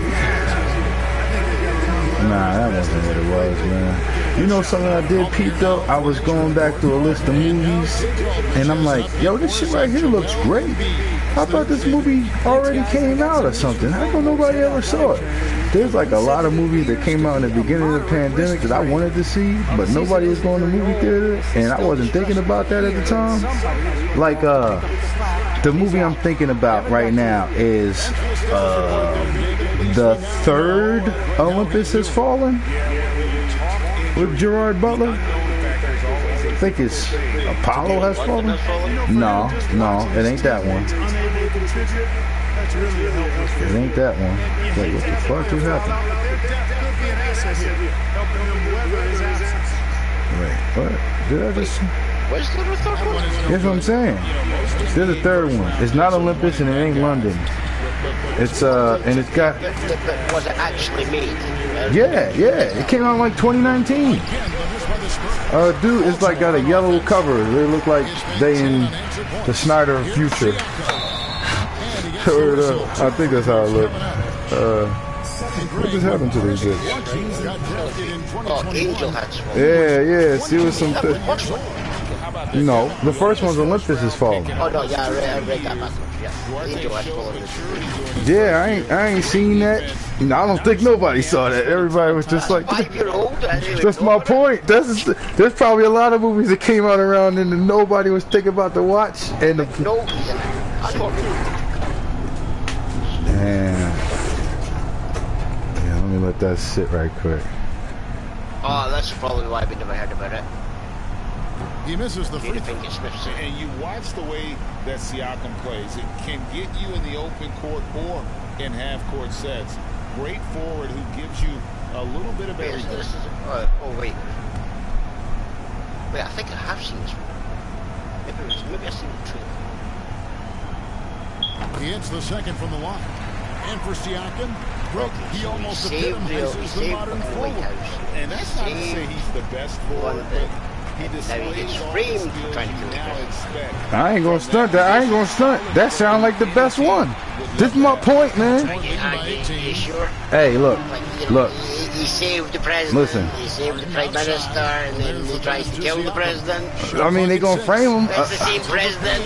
Hey, listen. I just watched 6 Mission Impossibles, and you gotta choose. All right, is you gonna roll with Vin Diesel and the Fast and Furious franchise? I feel sorry for you. That's your fault. No, Mission Impossible's great, man. Forced yourself to watch 6. No. This is great. 6 Mission Impossibles, no Fast 10. I ain't never seen a car driving. I seen Homeboys in outer space, but I ain't seen family out of space. All right. So I'm saved now.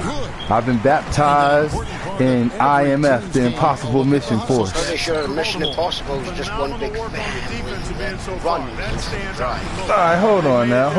But he drives, but he's running up buildings, down buildings, along buildings. The closest thing to family here is him and Ving Rhames, and Ving Rhames. Wait, was he even in the last one? Hold on. So wait, I gotta remember which ones are which now. Yeah, but yes, he was in the last one. He has been in them all too. He's the only person. Hold on. Nah, he ain't in all of them. Nah, he ain't in all of them. He's not in the first 2 of them. He comes in the third. But he's also... in the first one. No, he's not. No, he's not. I just watched the first one yesterday. No, he's not. I just watched a different British guy, though. I just watched that shit yesterday. And he ain't in the second one either. His character don't get introduced to the third one. But there is a British guy as the tech guy in the first one, but it's not him. And I can't remember who's the tech guy in the second one. But then there's like another agent who's with Ethan, who's a British guy. You know who this guy is. His name's like Reese. What's his name for fucking Agency Shield and fucking I don't remember the people from Agency Shield besides Chloe Bennett. That's her name this season, right? Well, he completely took over. I think on both. No, it ain't. No, it ain't. Don't do that. Don't do that. No. She was always booking Chloe Bennett. She just had another booking name, which was her parents' name. Yeah, Yep. All the racism. Yep. Then she got married or something. No. Because Hollywood would have booked her with fucking Yeah. name, so she had to remove that name and just become Chloe Bennett. But she was always booking Chloe Bennett, but she had a third name, which was in it as well, because she had it hyphen, so she had a free name. And then it's like, nobody's going to book you, and then it's like, wait. She's Asian. Yeah, of course. It's Hollywood. Chloe Bennett, I'm not, have the fucking heritage part. Yeah, man. Shit, a lot of celebrities had to do that bullshit, though, man. Jamie Foxx name ain't Jamie Foxx. His real name better than his fake name. And if you ask me, Michael Jamie Foxx. Yeah, right. If you, that's really good too. If you ask me, what his regular name is, he should play that in the movie. His name's Eric Bishop. And as far as the X-Men universe is concerned, the only person I thought he should be since 1992 is Bishop. Yep. Perfect guy. Man. Especially now. Now that he old and got muscles and got cloned. Yep. Man. Yeah, I like Jamie Foxx, man. He was rad. He make it do what it do, baby. They're on a 17-1 run. He make it do what it do, baby. Harden's done a nice job really increasing his playmaking over the last few years and excels at finding teammates. It's Payne with the ball. He'll bring it up for San Antonio. Here's Osman. Once again off the mark. I don't remember what the fuck I'm doing out here, man. Yeah, see, there it is there. Marvel star Chloe Bennett Wang blamed racism in Hollywood for having to fucking replace her father's surname and just become Chloe Bennett. Yeah, I remember that. I read that article. Yeah, but didn't she also get married? Rebound, San Antonio. Yeah, probably, but she's not going to change her fucking stage name again. I don't know about that. How many fucking...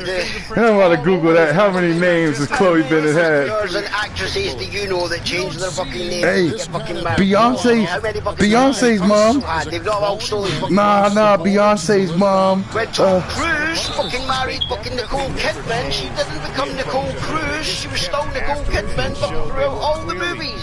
Yeah, they divorced her. They divorced her. The person that actually got his fucking surname, but spelled differently, was fucking, Penelope Cruz. Alright, he wasn't even married to that one, man. They was just dating, man. I'm gonna do it up. Chloe Bennett, last name. Chloe Wang. Here you go. Don't even say Bennett, just say Chloe Wang.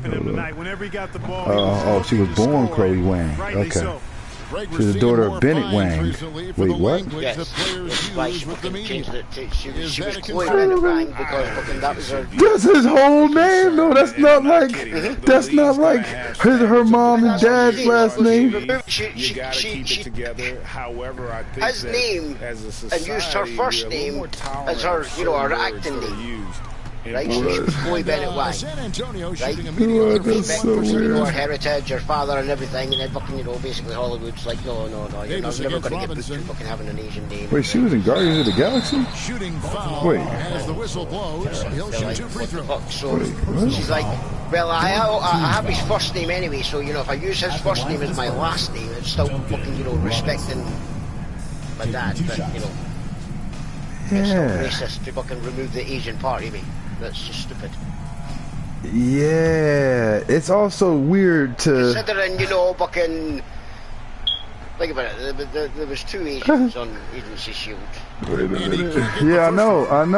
The other one was actually over. She didn't have to change her name. Yeah, but she's actually over. At the same time, though, I'm pretty sure, isn't that the same chick that played Chun-Li in the Street Fighter movie, though?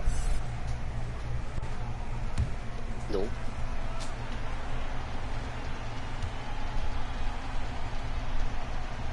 So then that's the same one that was in Tomorrow Never Dies? She was in a movie with Art of War? Baltimore moving that ball around. I think I got that on DVD. Hold on, man. Is that Michelle? No, Michelle Yeoh's the one that's in everything, everywhere, all at once, right? Plenty to cheer about, that's for sure. Effort, skill, coaching, you name it. They've yeah, You're on about fucking the cavalry. It's let me try and pronounce her name properly. Ming-Na Wen. Alright, hold on. I know how to spell that.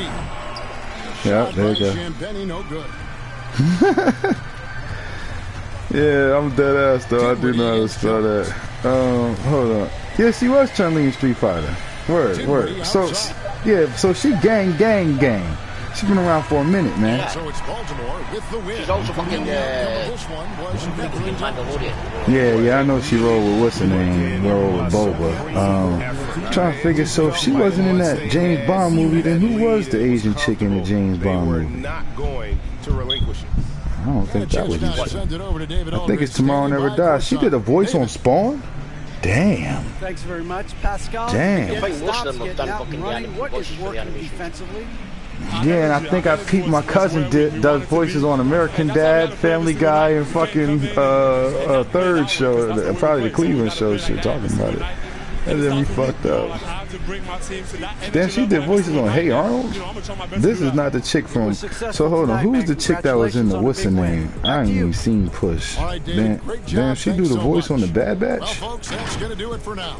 Damn. Yeah, she plays Greg Anthony and David Aldridge. That character's on the Bad Batch. Thanking you for watching the NBA. As who? Presented by 2K Sports. We'll see you next time. Remember? Nah. Remember, she was hired to capture fucking Omega and then fucking. I don't be paying attention apparently. If when that happened and I watched it, I did not have that in. Oh, yeah, I did not have that in my mind when I was watching it. Wait, She plays the same character she does in The Mandalorian. Yeah, but she ain't human, so I can't tell that that's her. She was in the Bad Batch. She was only not human because fucking, The Mandalorian fucking basically shot her up and everything, and Boba Fett saved her. And No, man, I'm not saying that she's a cyborg. I'm saying that on the Bad Batch, she's a CGI rendition of herself. So I didn't notice that was specifically supposed to be her. Still the same character. It ain't the city. You say it like this woman looks exactly the same. I seen her in 5 movies. She does. She does. A CGI Asian woman looks like the next CGI Asian woman I know. I seen. Okay, right. Do you remember when fucking Cad Bane was after Omega? I don't even remember who Cad Bane is. The bounty hunter, the blue guy. Okay. Up on the end of the Mandalorian. He shot somebody. He shot Boba Fett. Yeah, he trained Boba Fett. Fuck that. He was on Boba Fett. He was on the Bad Batch. Yes. He was in fucking the Clone Wars. I never seen the Clone Wars.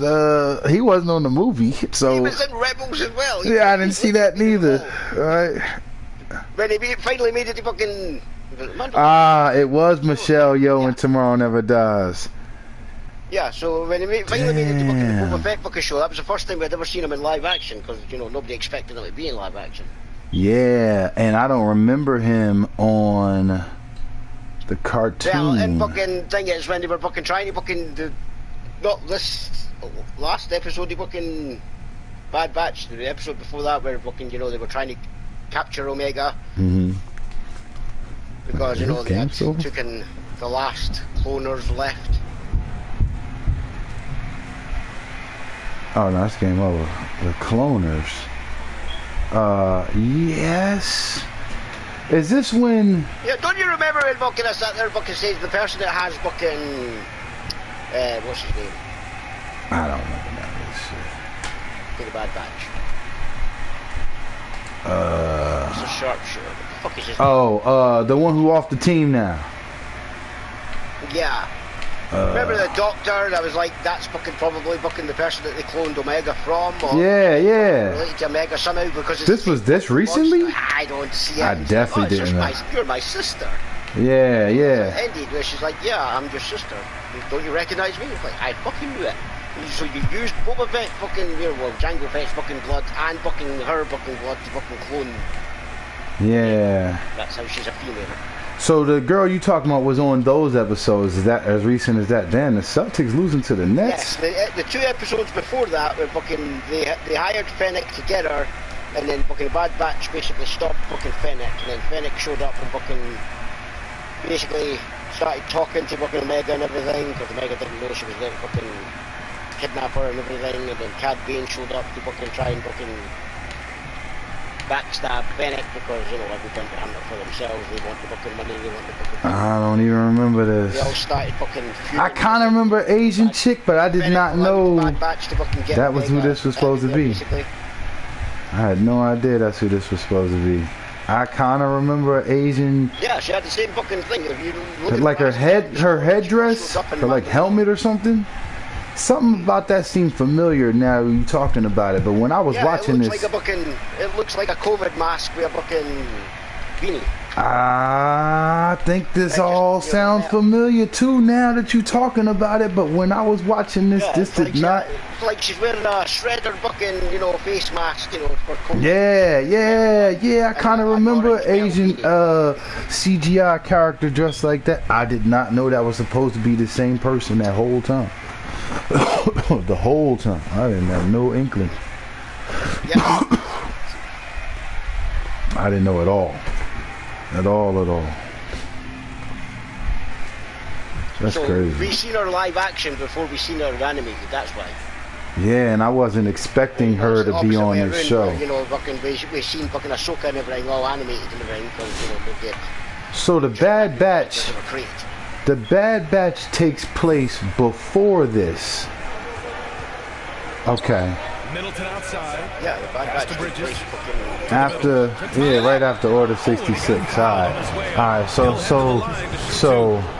this all makes perfect sense now, because that's why I didn't think about none of this, because that person was looking younger than this person was, and I'm like, not even thinking about it, like it didn't trigger my memory. That's why they could fucking do that. They didn't have to use the fucking fucking thing and everything. Plus, you know, it's not like she fucking ages that much anyway. Go look at fucking... Yeah, I already know, man. I already know. I just didn't know she was a voice actor also. I've seen her in a lot of action stuff. That's what I fuck with her for. She doesn't even look the age she is. Did you see her age? No, I didn't even look at her age, but I do know that I would buy her a drink. Yeah, I like her. She seems smart. She's 59. Yeah, and she could be 69 in a matter of minutes. Yeah, that's all I'm saying. She doesn't look like she's fucking... That's Chris Middleton. She looks like she's 42. And what a drive that was. Replay courtesy of Mobile One. Yeah, he made that drive look easy, but that had a high degree of difficulty. And Kansas City shooting the ball at 46% from the floor. Back to Rubio. Middleton, right side. Williams grabs the board.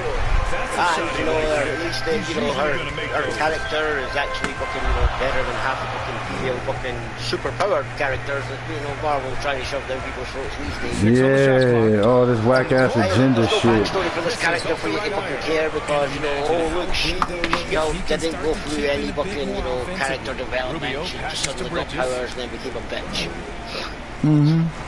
A super strong fucking bitch. That was it. There was no fucking character development. She never lost fucking anything, so nobody really cared.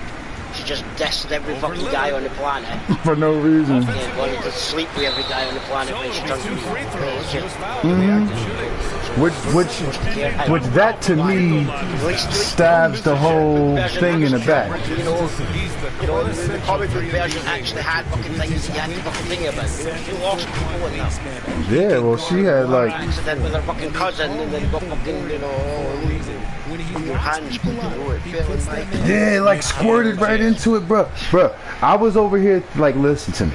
If I was gonna make a joke about that scenario, I would have wound up describing what they actually filmed. That shit like shot like old kung fu movies when you stab a guy and the blood would like spurt all over the place, like what Tarantino tried to do for Kill Bill. Overemphasize it. Alright. It did some shit like that. Like that's just squirted like a fountain. And I'm like, what? So you've seen Kill Bill? Of course, man. Right, so you remember all of her character development of every Yes, I understand how to tell a story. This is writing 101. For her at the end to know, when she finally... Listen, Come on. the car accident. After All all right. the shit she got put through. Think about it now, right? Look at Captain Marvel. You know the reason why nobody likes Captain Marvel? It's because what happened? Where was their character development? It's like, okay, so you're a pilot, or you're a plane crash. You got these powers. You became a super fucking arrogant bitch because you had these superpowers. Then you just what? Yeah. Knocked out old ladies in front of people on a train. They didn't know they were a shapeshifter. Today, you punched an old lady in the face. Wait, that happened? Yeah. There were scrolls in that movie? Yeah. I thought this movie was just dealing with the Kree. To take the lead. Here's Middleton. No, that's where fucking Gaia, remember Gaia was the little kid? Oh, because the Kree was teaching her that the Skrulls was bad people, but what was really happening was they was like being like the Nazis on the Skrulls. Yeah, they hit us with the swerve though. People that got all these powers and everything, and then learn how to use them. It's like, why should we care about Captain Marvel? Yeah, well she freed the Skrulls. Wonder Woman went through a little bit of character development. Yeah, Wonder Woman was a great movie though. That shit was great. But that's my point. That's why people like that fucking movie. You know, the second one not so much because character. She was rubbing her hands like Birdman. We're just going to bring her dead boyfriend back. Only she sees him. And then, he's going to teach her how to fly. Then she's going to forget how to fly in the next movie when she teams up with Superman. Shit, that was the movie that happened before that, but took place after that. That's my point. Yeah, you ain't never lied. After that, Yeah, but in the Justice League, she was like, was she doing the Spider-Man shit, like using the rope to sling from cloud to cloud or some shit like that? No, that's why I keep making fun of her. Because remember, it goes Wonder Woman, right? Justice League, or Batman and Superman. Yeah. She showed up a little bit. Then there's the Justice League. Then there was like Wonder Woman 2. It's like, Yeah. So you're trying to tell us that between Wonder Woman, where she learned how to use her basic powers, and the rope and everything, it's like, okay, rope tell fucking that's what everybody tell me fucking every their darkest little secrets, blah blah blah. I don't get my sword yet. Oh, look, I get my sword at the end. And Over Middleton. That one's wide left. Why does she need that anyway? Then, so if we were to watch this in, the actual order that you're supposed to, then we watch Wonder Woman 2, where your dead boyfriend comes back and takes over somebody else's body, that poor guy, because, he's missing all these months of his life for no reason. His wife's probably worried sick about him. Slept with this guy he didn't even know about and everything, non-consensual. And you know why I did it? For you, Fury! For you! This man had a life, Fury! And then you get an invisible plane because you somehow learned you could rub your hands together and turn things invisible. Gaslighting Nick Fury like that. Your ghost boyfriend tells you that you can fly. So, you start using your lasso or the clouds to be able to swing through the air and it's like, Yeah, so that happened in the Wonder Woman 2 movie. That was a fire scene. Falling in style, you can actually glide through the... Hey man, that made about as much sense as fucking Aquaman surfing. I'm pretty sure in the end of Justice League, Aquaman busted on the scene surfing on like the clouds or some dumb shit. Or his trident. Yeah, he surfed on his trident. He threw his trident, jumped in the air and surfed on it. Type of Mr. Perfect Deion Sanders shit is that? Let's fuck out of here, man.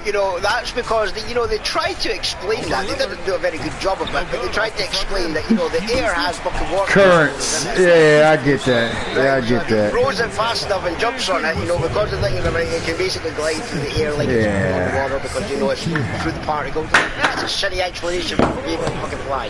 Stupid. Yeah, if was a kiss. You just tried to give Aquaman a cool power that he didn't have because Aquaman sucks. He talks to fish. That's it. Yeah, man. And he ain't got no boat. Swims in his own fucking shit and piss. Yeah, he don't like... Oh, shit, there goes a spider right there. Yeah, hope I killed him. But you're trying to tell me that fucking, Doomsday's attacking and everything, and Wonder Woman's like, no! You could have flew over there, but you decided that it'd be quicker for you to run in slow motion and not be able to save all the time, but, you knew that you could harness the power of, the clouds. Rubbing your hands. Swing and fly. Yeah, rubbing your hands. You could have turned, that... Yeah, exactly. You sit down and Rub float. your hands together, turn that kryptonite stick fucking invisible, and then fucking just stab fucking Doomsday with it. You would never have known that was in your hand. Could have did the same thing to Zod. But you forgot about all these powers that you learned about in the second movie. Well, that's because the boyfriend wasn't there no more yet. You know, the ghost boyfriend. He's the one who has to remind. Some people got to be told what to do. You know, they not. She's not the god of war. No, that's Ares. So she don't. Who says she's good? Who says she was a good tactician? It's like the Flash. Oh God, I ain't even seen that. And the Justice League. The Flash ran back in time to warn fucking, you know, Ben Affleck's Batman. Now's the time. I wish they would have put that in context in the movie after that. When and then somehow in between all those parts he managed to run to the CW to, you know, piss off fucking Barry Allen. He didn't piss him off. Barry was happy. Rubio with the drive. No. Yeah, I'm the Flash. The Flash. That's a Lillard's got 4 rebounds. Everybody knows that you're the Flash. Then the perimeter game has failed thus far. Hit one from range in the first half, but run with everybody in this one. They on your shoulders. Bridges has got 5 points in the quarter. Looks like we're starting to see a pattern here. Randy, fucking, to get in the team and get Wonder Woman and fucking Aquaman and Superman Shadow. Yeah, I was just about to say this must be about Peacemaker. That was Henry Cavill's Shadow, y'all. Don't listen to him. I seen Mission Impossible Fallout, Rogue Nation. I seen Mission Impossible Rogue Nation. That was Henry Cavill's elbow in that movie. And his mustache. That's why they had him blacked out. He had his nefarious mustache. You know the Henry Cavill mustache is like the most over villain. James Bond was in fucking Star Wars and then told everybody which part he played in Star Wars. Wait, who was he in Star Wars? Your name isn't in those credits. It's like, yeah, because I don't want my name in the credits. I just wanted to be in the movie. It's like, I'm the stormtrooper that fucking, you know, that fucking did the robot walked by fucking Rey. Oh, okay. It's like, speaking of character developments, you know, we meet Rey on Tatooine, you know, little fucking scavenger. For Austin, they've got 7 to go out of 13 attempts during the fourth. Finds a fucking lightsaber and suddenly knows how to use the Force and fucking, you know, this is not the droid you're looking for. Okay, so before you even met Luke to learn how to fucking use your fucking Jedi skills, you already knew how to use them by, you know, carving fucking reading off the glass. faces and everything. And where was your character development? This is why nobody liked Rey. This is why I don't care about these writers striking. Why should we care about her? Because she knows how to use the Force already. At least the whole Finn fucking Force sensitive made sense. But, you know, he's a scared little stormtrooper that decided to, I don't want to... Man, that would have been such a great story to tell. Don't deserve it. Oh, look, a lightsaber. I don't know how to use this. I thought Captain Phasma and him was going to level up by the third movie. Cause you know, you said you played Star Wars with me. You played Star Then with me. I made Captain Phasma for a minute, man. I fucking love Captain Phasma, man. You set down that little fucking thing, you just start busting on niggas, and then they get close, swing around and hit them with that stick. That shit, man. I didn't even know it was a chick. The fact that it was a chick made it even better. Like, wait, there was a person under that? Did they ever take this helmet off in one of these movies? Yeah. In which movie? The third one? The first one when they fucking showed up. She took the helmet off and fucking thingy to Finch. She's like, when I give you an order, you do it. Go fucking. I definitely didn't remember this. I only seen that first one time. They basically just wait, what? Released Poe and then Hold on, let me go look at my phone. Hold on, who played Captain Phasma? I didn't even know that this was a thing. You said someone from Game of Thrones. I know this for. Hopefully, it's not Gorn. Yeah. Brianna Tarr. Wait, the one that what's the name was trying to get with that fucking Sheamus looking guy?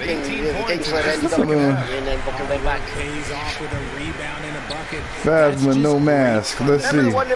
I know exactly who you're talking about. Oh my God, it is really her. It's really Ernest. He got the suit on. What? And he's going to the line What? for I two. never The fucking official knew saw it. contact while he was going up. These niggas was out here like. The connection that I say is fucking look, another person for Game of Thrones gets a shiny fucking costume and mask. Nah, but. Mine's is gold, you know. Theirs was just chrome. I did not know, man. That is great. Yeah, when I first seen Captain Phasma, I thought it was a dude. Obviously, when they said it was a girl, I'm like, oh, okay, I'm on. No, she had the mask off a few fucking times. Yeah, I didn't. That movie They wanted sucked. people to know that's who it was that was under it. First free throw. Yeah. And she basically, she learned how to fucking, you know, move in that fucking costume. Which, you know, those costumes are very flexible. Yeah. You know, at least the Stormtrooper ones is basically just a fucking, you know, a lycra suit underneath it, and then it's plastic fucking on top. Like, you know, that one was an actual fucking metal suit to actually make the fucking noise in the ring. So. Yeah, see, even this actress is saying it was better if we never saw her under that mask. And here's Rubio. Man. That's crazy, man. But I'm on the same boat. This ain't for me ain't a sexist thing. I think when Kylo Ren took that mask off, that betrayed like his whole character. That's like, that's not what this is supposed to be. People in Star Wars who wear helmets don't take them off. The problem with him taking the mask off, right? What I had a problem with is, like, okay, right, so that's his suit. Are you going to explain the other fucking ones, where the other ones are, that he betrayed them, and that he left them, that he fucking got promoted? Because, you know, he was supposed to... I thought he killed all of them. The other younglings? Yep, no, I'm on about fucking, you know, the House of Red. Oh, the rest of the House of Ren. Yeah, you're right. The Knights of Ren, I think it is. Whatever the fuck it is. Yeah. Yeah, I didn't never see none of the rest of them. He was the only one. Kylo Ren, because, you know, it wasn't... Yeah, because I thought they was like a subsect of like the First Republic. I thought they were like, yeah, we the badass ones that kick ass. Those other guys are military guys. Like, you know. Yeah, those were like fucking the Inquisitors. Yeah. And were basically that. The Red Guard and that shit. It was the new one. Yeah. Yeah, they never really fleshed, because I thought we was going to get his sect, you know, because, you know, like they was like the religious ones and the other ones was like the political ones. Yeah, it's like, okay, right, look, he takes the mask off because, you know, he's trying to be like his fucking... Yeah, his grandpa. Grandfather, Yeah. and, you know, that's why he has the Peter Mark. voice fucking thing in the ring to change his voice. Yeah, and that made him great. So, you know, he makes it sound like he's trying to breathe like Darth Vader in the ring and talk like Darth Vader, but, you know, he's got his own little fucking voice. That's fine, right? Okay, that's part of his costume because, you know, he's in a nice ring. That's his costume, that's his mask. But the moment that she slit his face and that mask, and then he made such a big deal about, look at my fucking face, so I can't be seen fucking like this. Yeah, like Kane. That entire Like Kane. fucking lightsaber. He should never have took that mask off for the other movies. He should have left it on. Yeah, because then after that, it felt like they were trying to get him over also, like him. Yeah, it's like, okay, now you're just fucking Ben Solo with a fucking scar on your face. Yeah, and that's whack. That's whack. For the same reason that like everybody liked Darth Vader in the first trilogy, but everybody hates Anakin Skywalker from the second. I'm glad Obi-Wan happened. But it's like when they took Kylo's mask off. I'm different because I didn't have a problem with fucking Anakin. I had a problem with the fucking the story, but not how Anakin played Anakin. I thought he did a very good.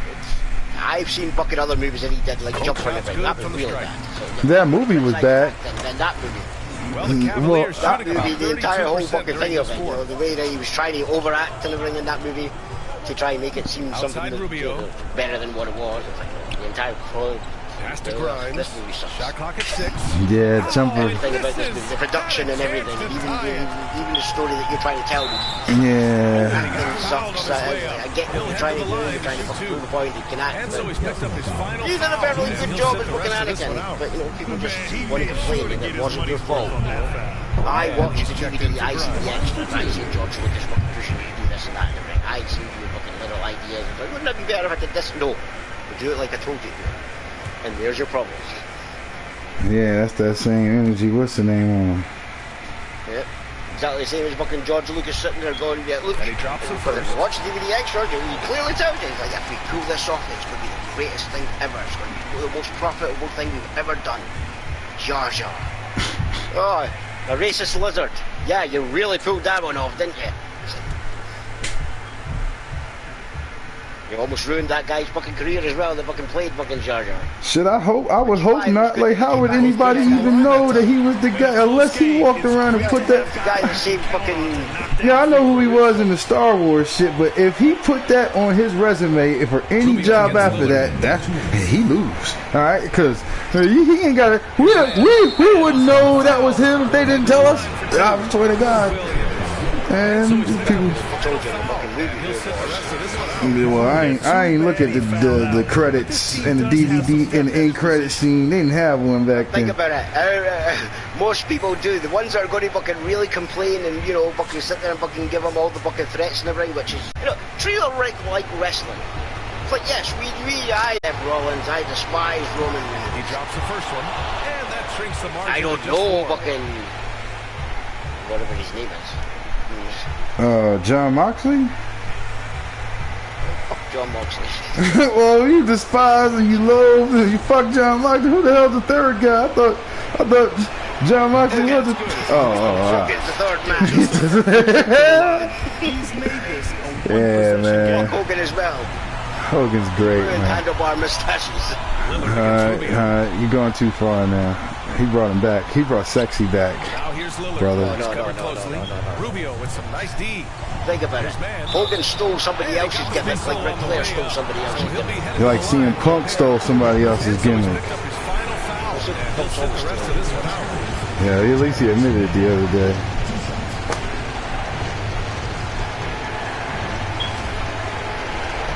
Damn. And then proceeded to steal MJF's. I'm better than you. Well, you know, the fact that MJF does not address this on the show at all, even though he's wrestling in the main event. He was on the main event. He wrestled in the main event of Collision. Yeah, but he's trying to be a babyface now. Nah. Trying to pull off this fucking heel CM Punk versus babyface fucking MJF. Just so Adam Cole fucking is the one that turns on him, you know, so he can sit there and go, I told you I wasn't that much of a bad guy, but this fucking guy fucking sucks. And Austin shooting 44%. Oh, that's just whack anyway, man. Oh, that's just whack. It is, you know. Lillard against Rubio. How do we fucking turn the perception of, make the two guys that doesn't team each other well, like it's not been done before. I know, LeBar. Like, come on, man. That shit corny, bro. Yeah, just like one of the oldest tropes. Shawn Michaels and John Cena. Hey, former tag team champions. Yeah, man. Ultimate Maniacs. Kane and Daniel Bryan. Team hell no. No. Yeah, well, all that shit's a joke anyway. Man, that was great, though. That was great. You know, it went from fucking stop copying me to, wait, that works. Just copy everything I do because I'm distracting everybody else and I always have to commit. Yeah, and he was stunt devil, so I got it. He came in there and took the moves for him. That shit was great. That's probably Sanders' best fucking thing. That is good. Other than the, you know, yeah. Nah. That straight regular intellect. Before, Rose Scholars was good because that character he was right there was great.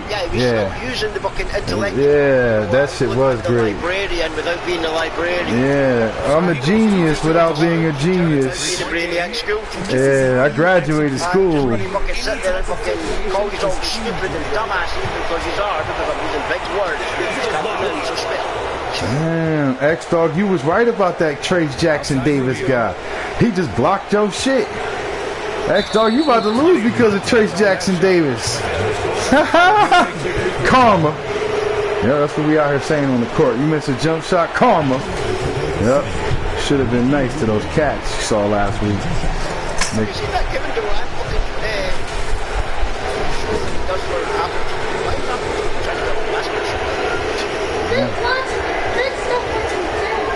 Yeah, he has a basketball fucking TV series called Swagger. Yeah, I heard. High key, I think one of my boys direct that shit, man. Not this game. I don't know if y'all play today or not.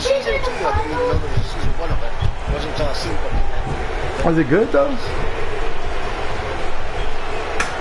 I haven't seen it yet. I mean, my boy like directs it, so he like he always says every episode is great. Like literally, that's all he talks about every episode. Man, I was sitting here watching this episode. I was thinking, such great young love on this show. His name's Matthew Cherry. You might see it in the credits. I don't know. I haven't seen it yet. What? Wow. What?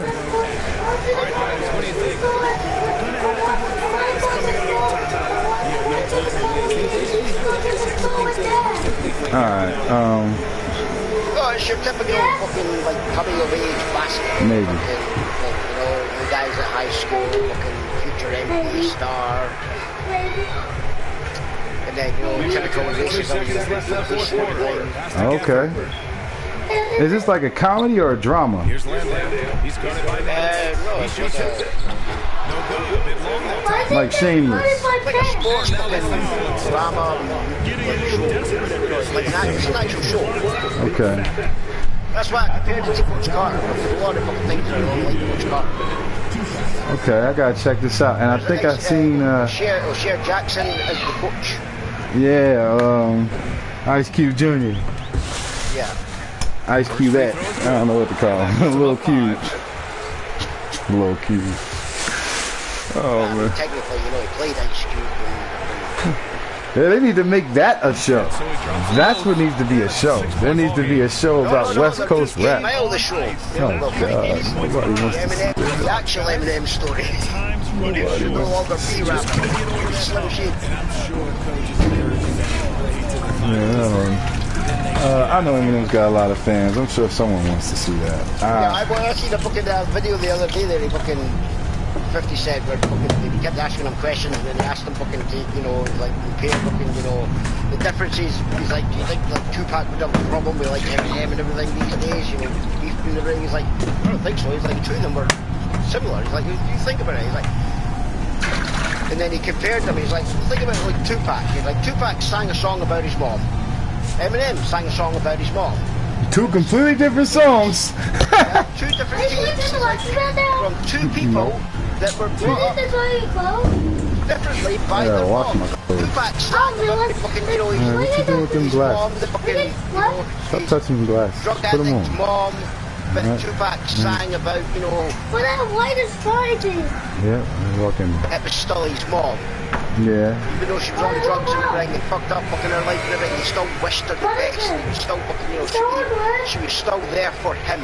She still fucking did things for him.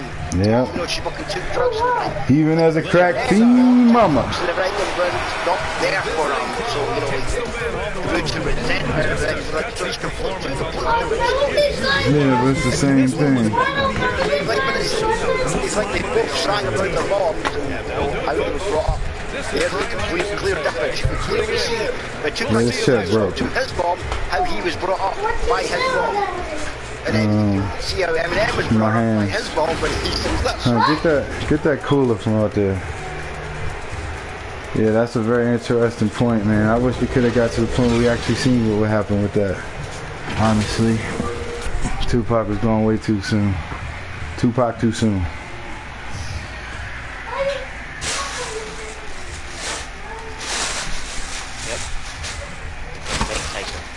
Alright, no, we're not about to blame Mike for this, alright? We're not blaming Mike for this. Blaming Mike. If he hadn't, they could be fighting that night. If he wasn't fighting, if he wasn't earning a living doing something completely separate. I'm not even sure if Mike seen Tupac that night. And Tupac and that would never have went to go watch the fight. They would never have got into a fight themselves, and then, you know, they would never get shot. Yeah, he can't do Why am I that. playing all the same people over and over again? It's the beginning of the season, man. Alright, hold on. I do gotta go, though. I'm out. I hear you, boy. What plays have we got? Oh! Oh! You kidding me? No way. Keegan? Oh! Keegan Murray! Yes! Look at Danny Keegan. takes the lead. 23 points. Good defense. Great defense right out the gate from Team 2K. nice pass. 2-second possession. 2-second possession every single time. I see you, Rodney. Because of the jersey or because of my play? All right, let's get it eaten. Let's do it. I'm ready. I'm ready to jump in right now. Do you think you could still dunk today? I'm not 70. I'm old. What you mean? I mean, I don't know. Like, I know if you say, how you phrase that question, do you think you still can dunk on someone today? Then, you know, I'll be like, oh, hell no. But to say, ask me if I still can dunk? I'm 42. I mean, don't I look in shape? Oh, greatest of shape. Look at you. Are you kidding me? Okay. Go. Foxy. Stay solid. 4. Stay solid. 2. Stay solid. Oh! Foul! Yes! Oh my God! Why did I jump? Oh my goodness! You went against your own. I did. Can you believe that? I don't believe that. And if you all remember, back in episode 30, the great Danny Hogger said, "I'm going to guarantee a championship for the Kings this year. Kings this year."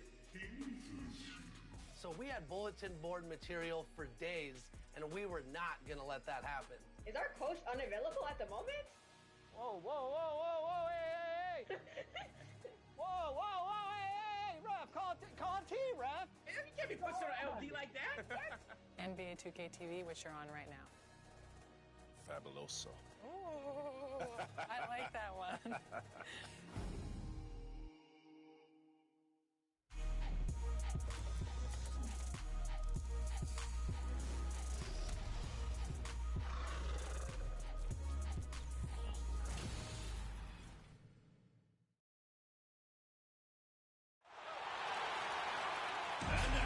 Houston starting lineup.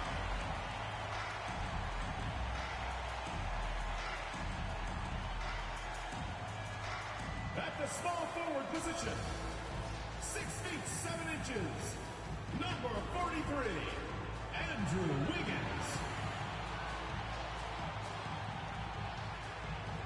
Starting at center, standing 6'11", number 28, Alperen Şengün.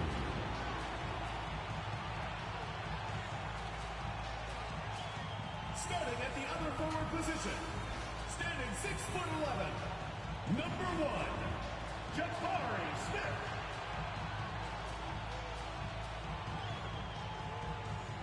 At the shooting guard position, standing 6'2", number 30, Stephen Curry.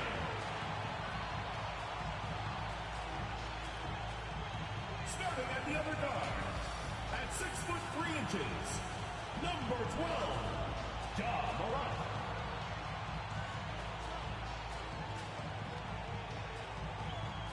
The head coach of your home team, once again, your Houston Starters. Hello, everyone. Proud to bring you Wednesday night coverage of the NBA on 2K Sports. And tonight, we'll see Oakland as they go up against Houston. I'm Kevin Harlan, along with Greg Anthony and Brent Barry, our terrific analysts, and David Aldridge is our sideline reporter. Hey, Dave. Well, thank you very much. Now, the NBA has accepted that this is an era of player movement. Commissioner Adam Silver says the data shows that superstars moving isn't necessarily a bad thing because it allows situations to change. Teams that may not be in a competitive position hope that they can sign one of those players. And as we know, Kevin, hope springs eternal. It always does. It keeps the fans involved and looking for more. David, thanks. And the Oakland starting five. Fox is out there with Jason Tatum. Then it's Julius Randle. Then it's Karl Anthony Towns. And it's Bassey in at the pivot, manning the middle. And for Houston, they've got Wiggins. Morant is out there with Curry. And it's Smith. And it's Şengün in at the 5, roaming the paint. Hey, Brent, tonight we got a terrific matchup in the backcourt. Let's rewind here a little bit, go back to when you played. Who were some of the guards you really enjoyed playing against? Let's go. What if I start with the list of the guys, Kevin, I didn't enjoy playing against? If I named Allen Iverson, Mitch Richmond, and of course, Michael Jordan. Not the funnest nights at work, if you get my drift, but I did love playing one John Barry. 5 on the clock. Durant. No No good. Shot missing. And Oakland the other way now. They come into this having outplayed Phoenix the last game. Yeah, they really snuck that one out. Didn't execute all that well. Fortunate to walk away with the W. We talk about gutsy wins, and on a night like that in the last game where they just did not shoot it well, that's a steal during a regular season. Here's Morant. After the basket by De'Aaron Fox. Now, here's Şengün. Guarded by Fox. And that one is good. Just setting the tone with an aggressive move to the rack. And where's the help defensively? Yeah, APB sent out to try to find out where the defense is. Inexcusable. Fox, no good. Very dangerous to leave a guy like that open. Lucky break there for the D. Wiggins dishes to Curry. That shot, no good. Great D that time from Tatum. Yeah, not really much of a flow offensively yet. Only 1 of 4 from the field. Unselfish play by Tatum, getting it to a shooter in rhythm instead of chasing his own shot. Now here's Morant. Playing Memphis, he was nearly unstoppable. And giving up some inches inside, but makes up for it with an aggressive style. Yeah, the big man not going to slow him down from getting that deuce. In terms of entertainment factor, can any current player top Ja Morant? I mean, we've seen Ja with some vicious in-game throwdown.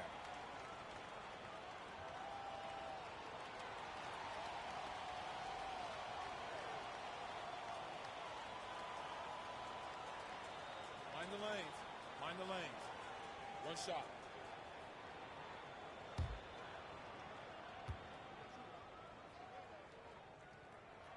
That's good from Morant. Hey, Greg, talking about the great Ja Morant, this guy is just flat out fun to watch.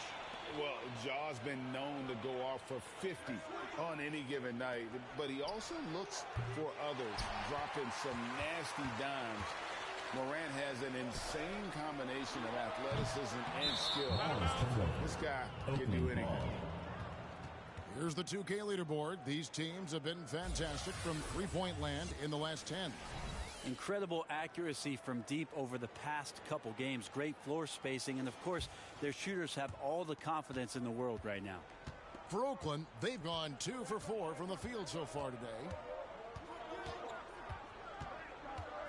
Outside, Towns launches a 3.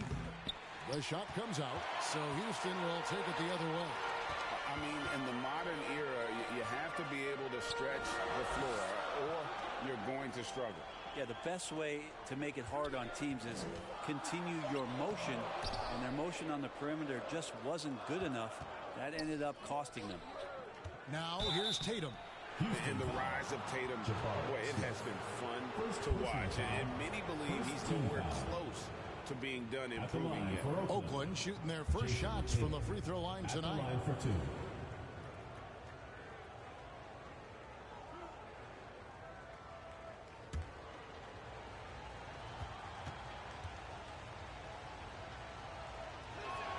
And he makes the first.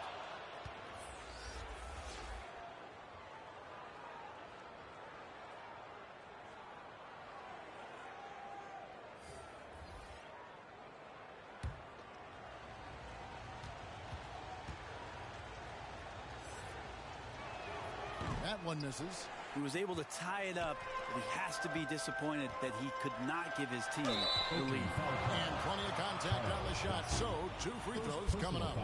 And Andrew Wiggins came into this league as such a special talent. It's so great to see all of that blossoming this far into his career. For Houston, they have made their only other free throw attempt today in an earlier trip to the line. Take a break. Take a break. 2 shots.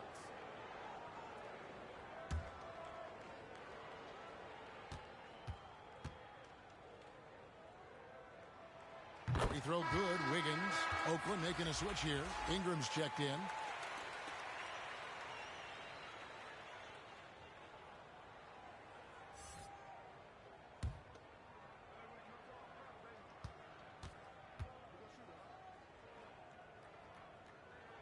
And both free throws good for Wiggins. You know, almost every team has some kind of roster turnover in the offseason, so, Greg, this time of year can be about getting familiar with your new teammates. Yeah, there's always a feeling out process this early in the schedule. It's about finding your team's identity, figuring out how all the pieces are going to fit. It's his first trip to the line.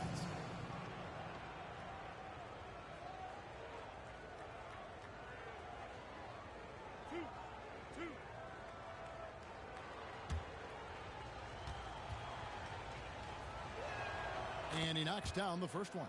It's definitely a part of the game that Fox wants to work on. These haven't been easy for him in the past.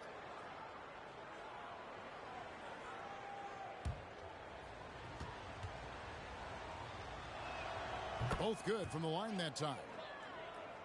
Here's Morant. As you can see from his numbers, he's been a key component in their offense. He's averaging almost 18 points a game. And it's Wiggins missing. There's a little bit of pressure on him, but not enough to cause him to miss a shot that's in that close. Here's Ingram. Offensive rebound. No good on the shot. For Houston, they've gone just 2 of 8 shooting so far, just 25%. And it's good, 2 points. And Wiggins' game continues to evolve. You saw that right there. Good eye movement, found the shooter. Şengün gets the whistle that time.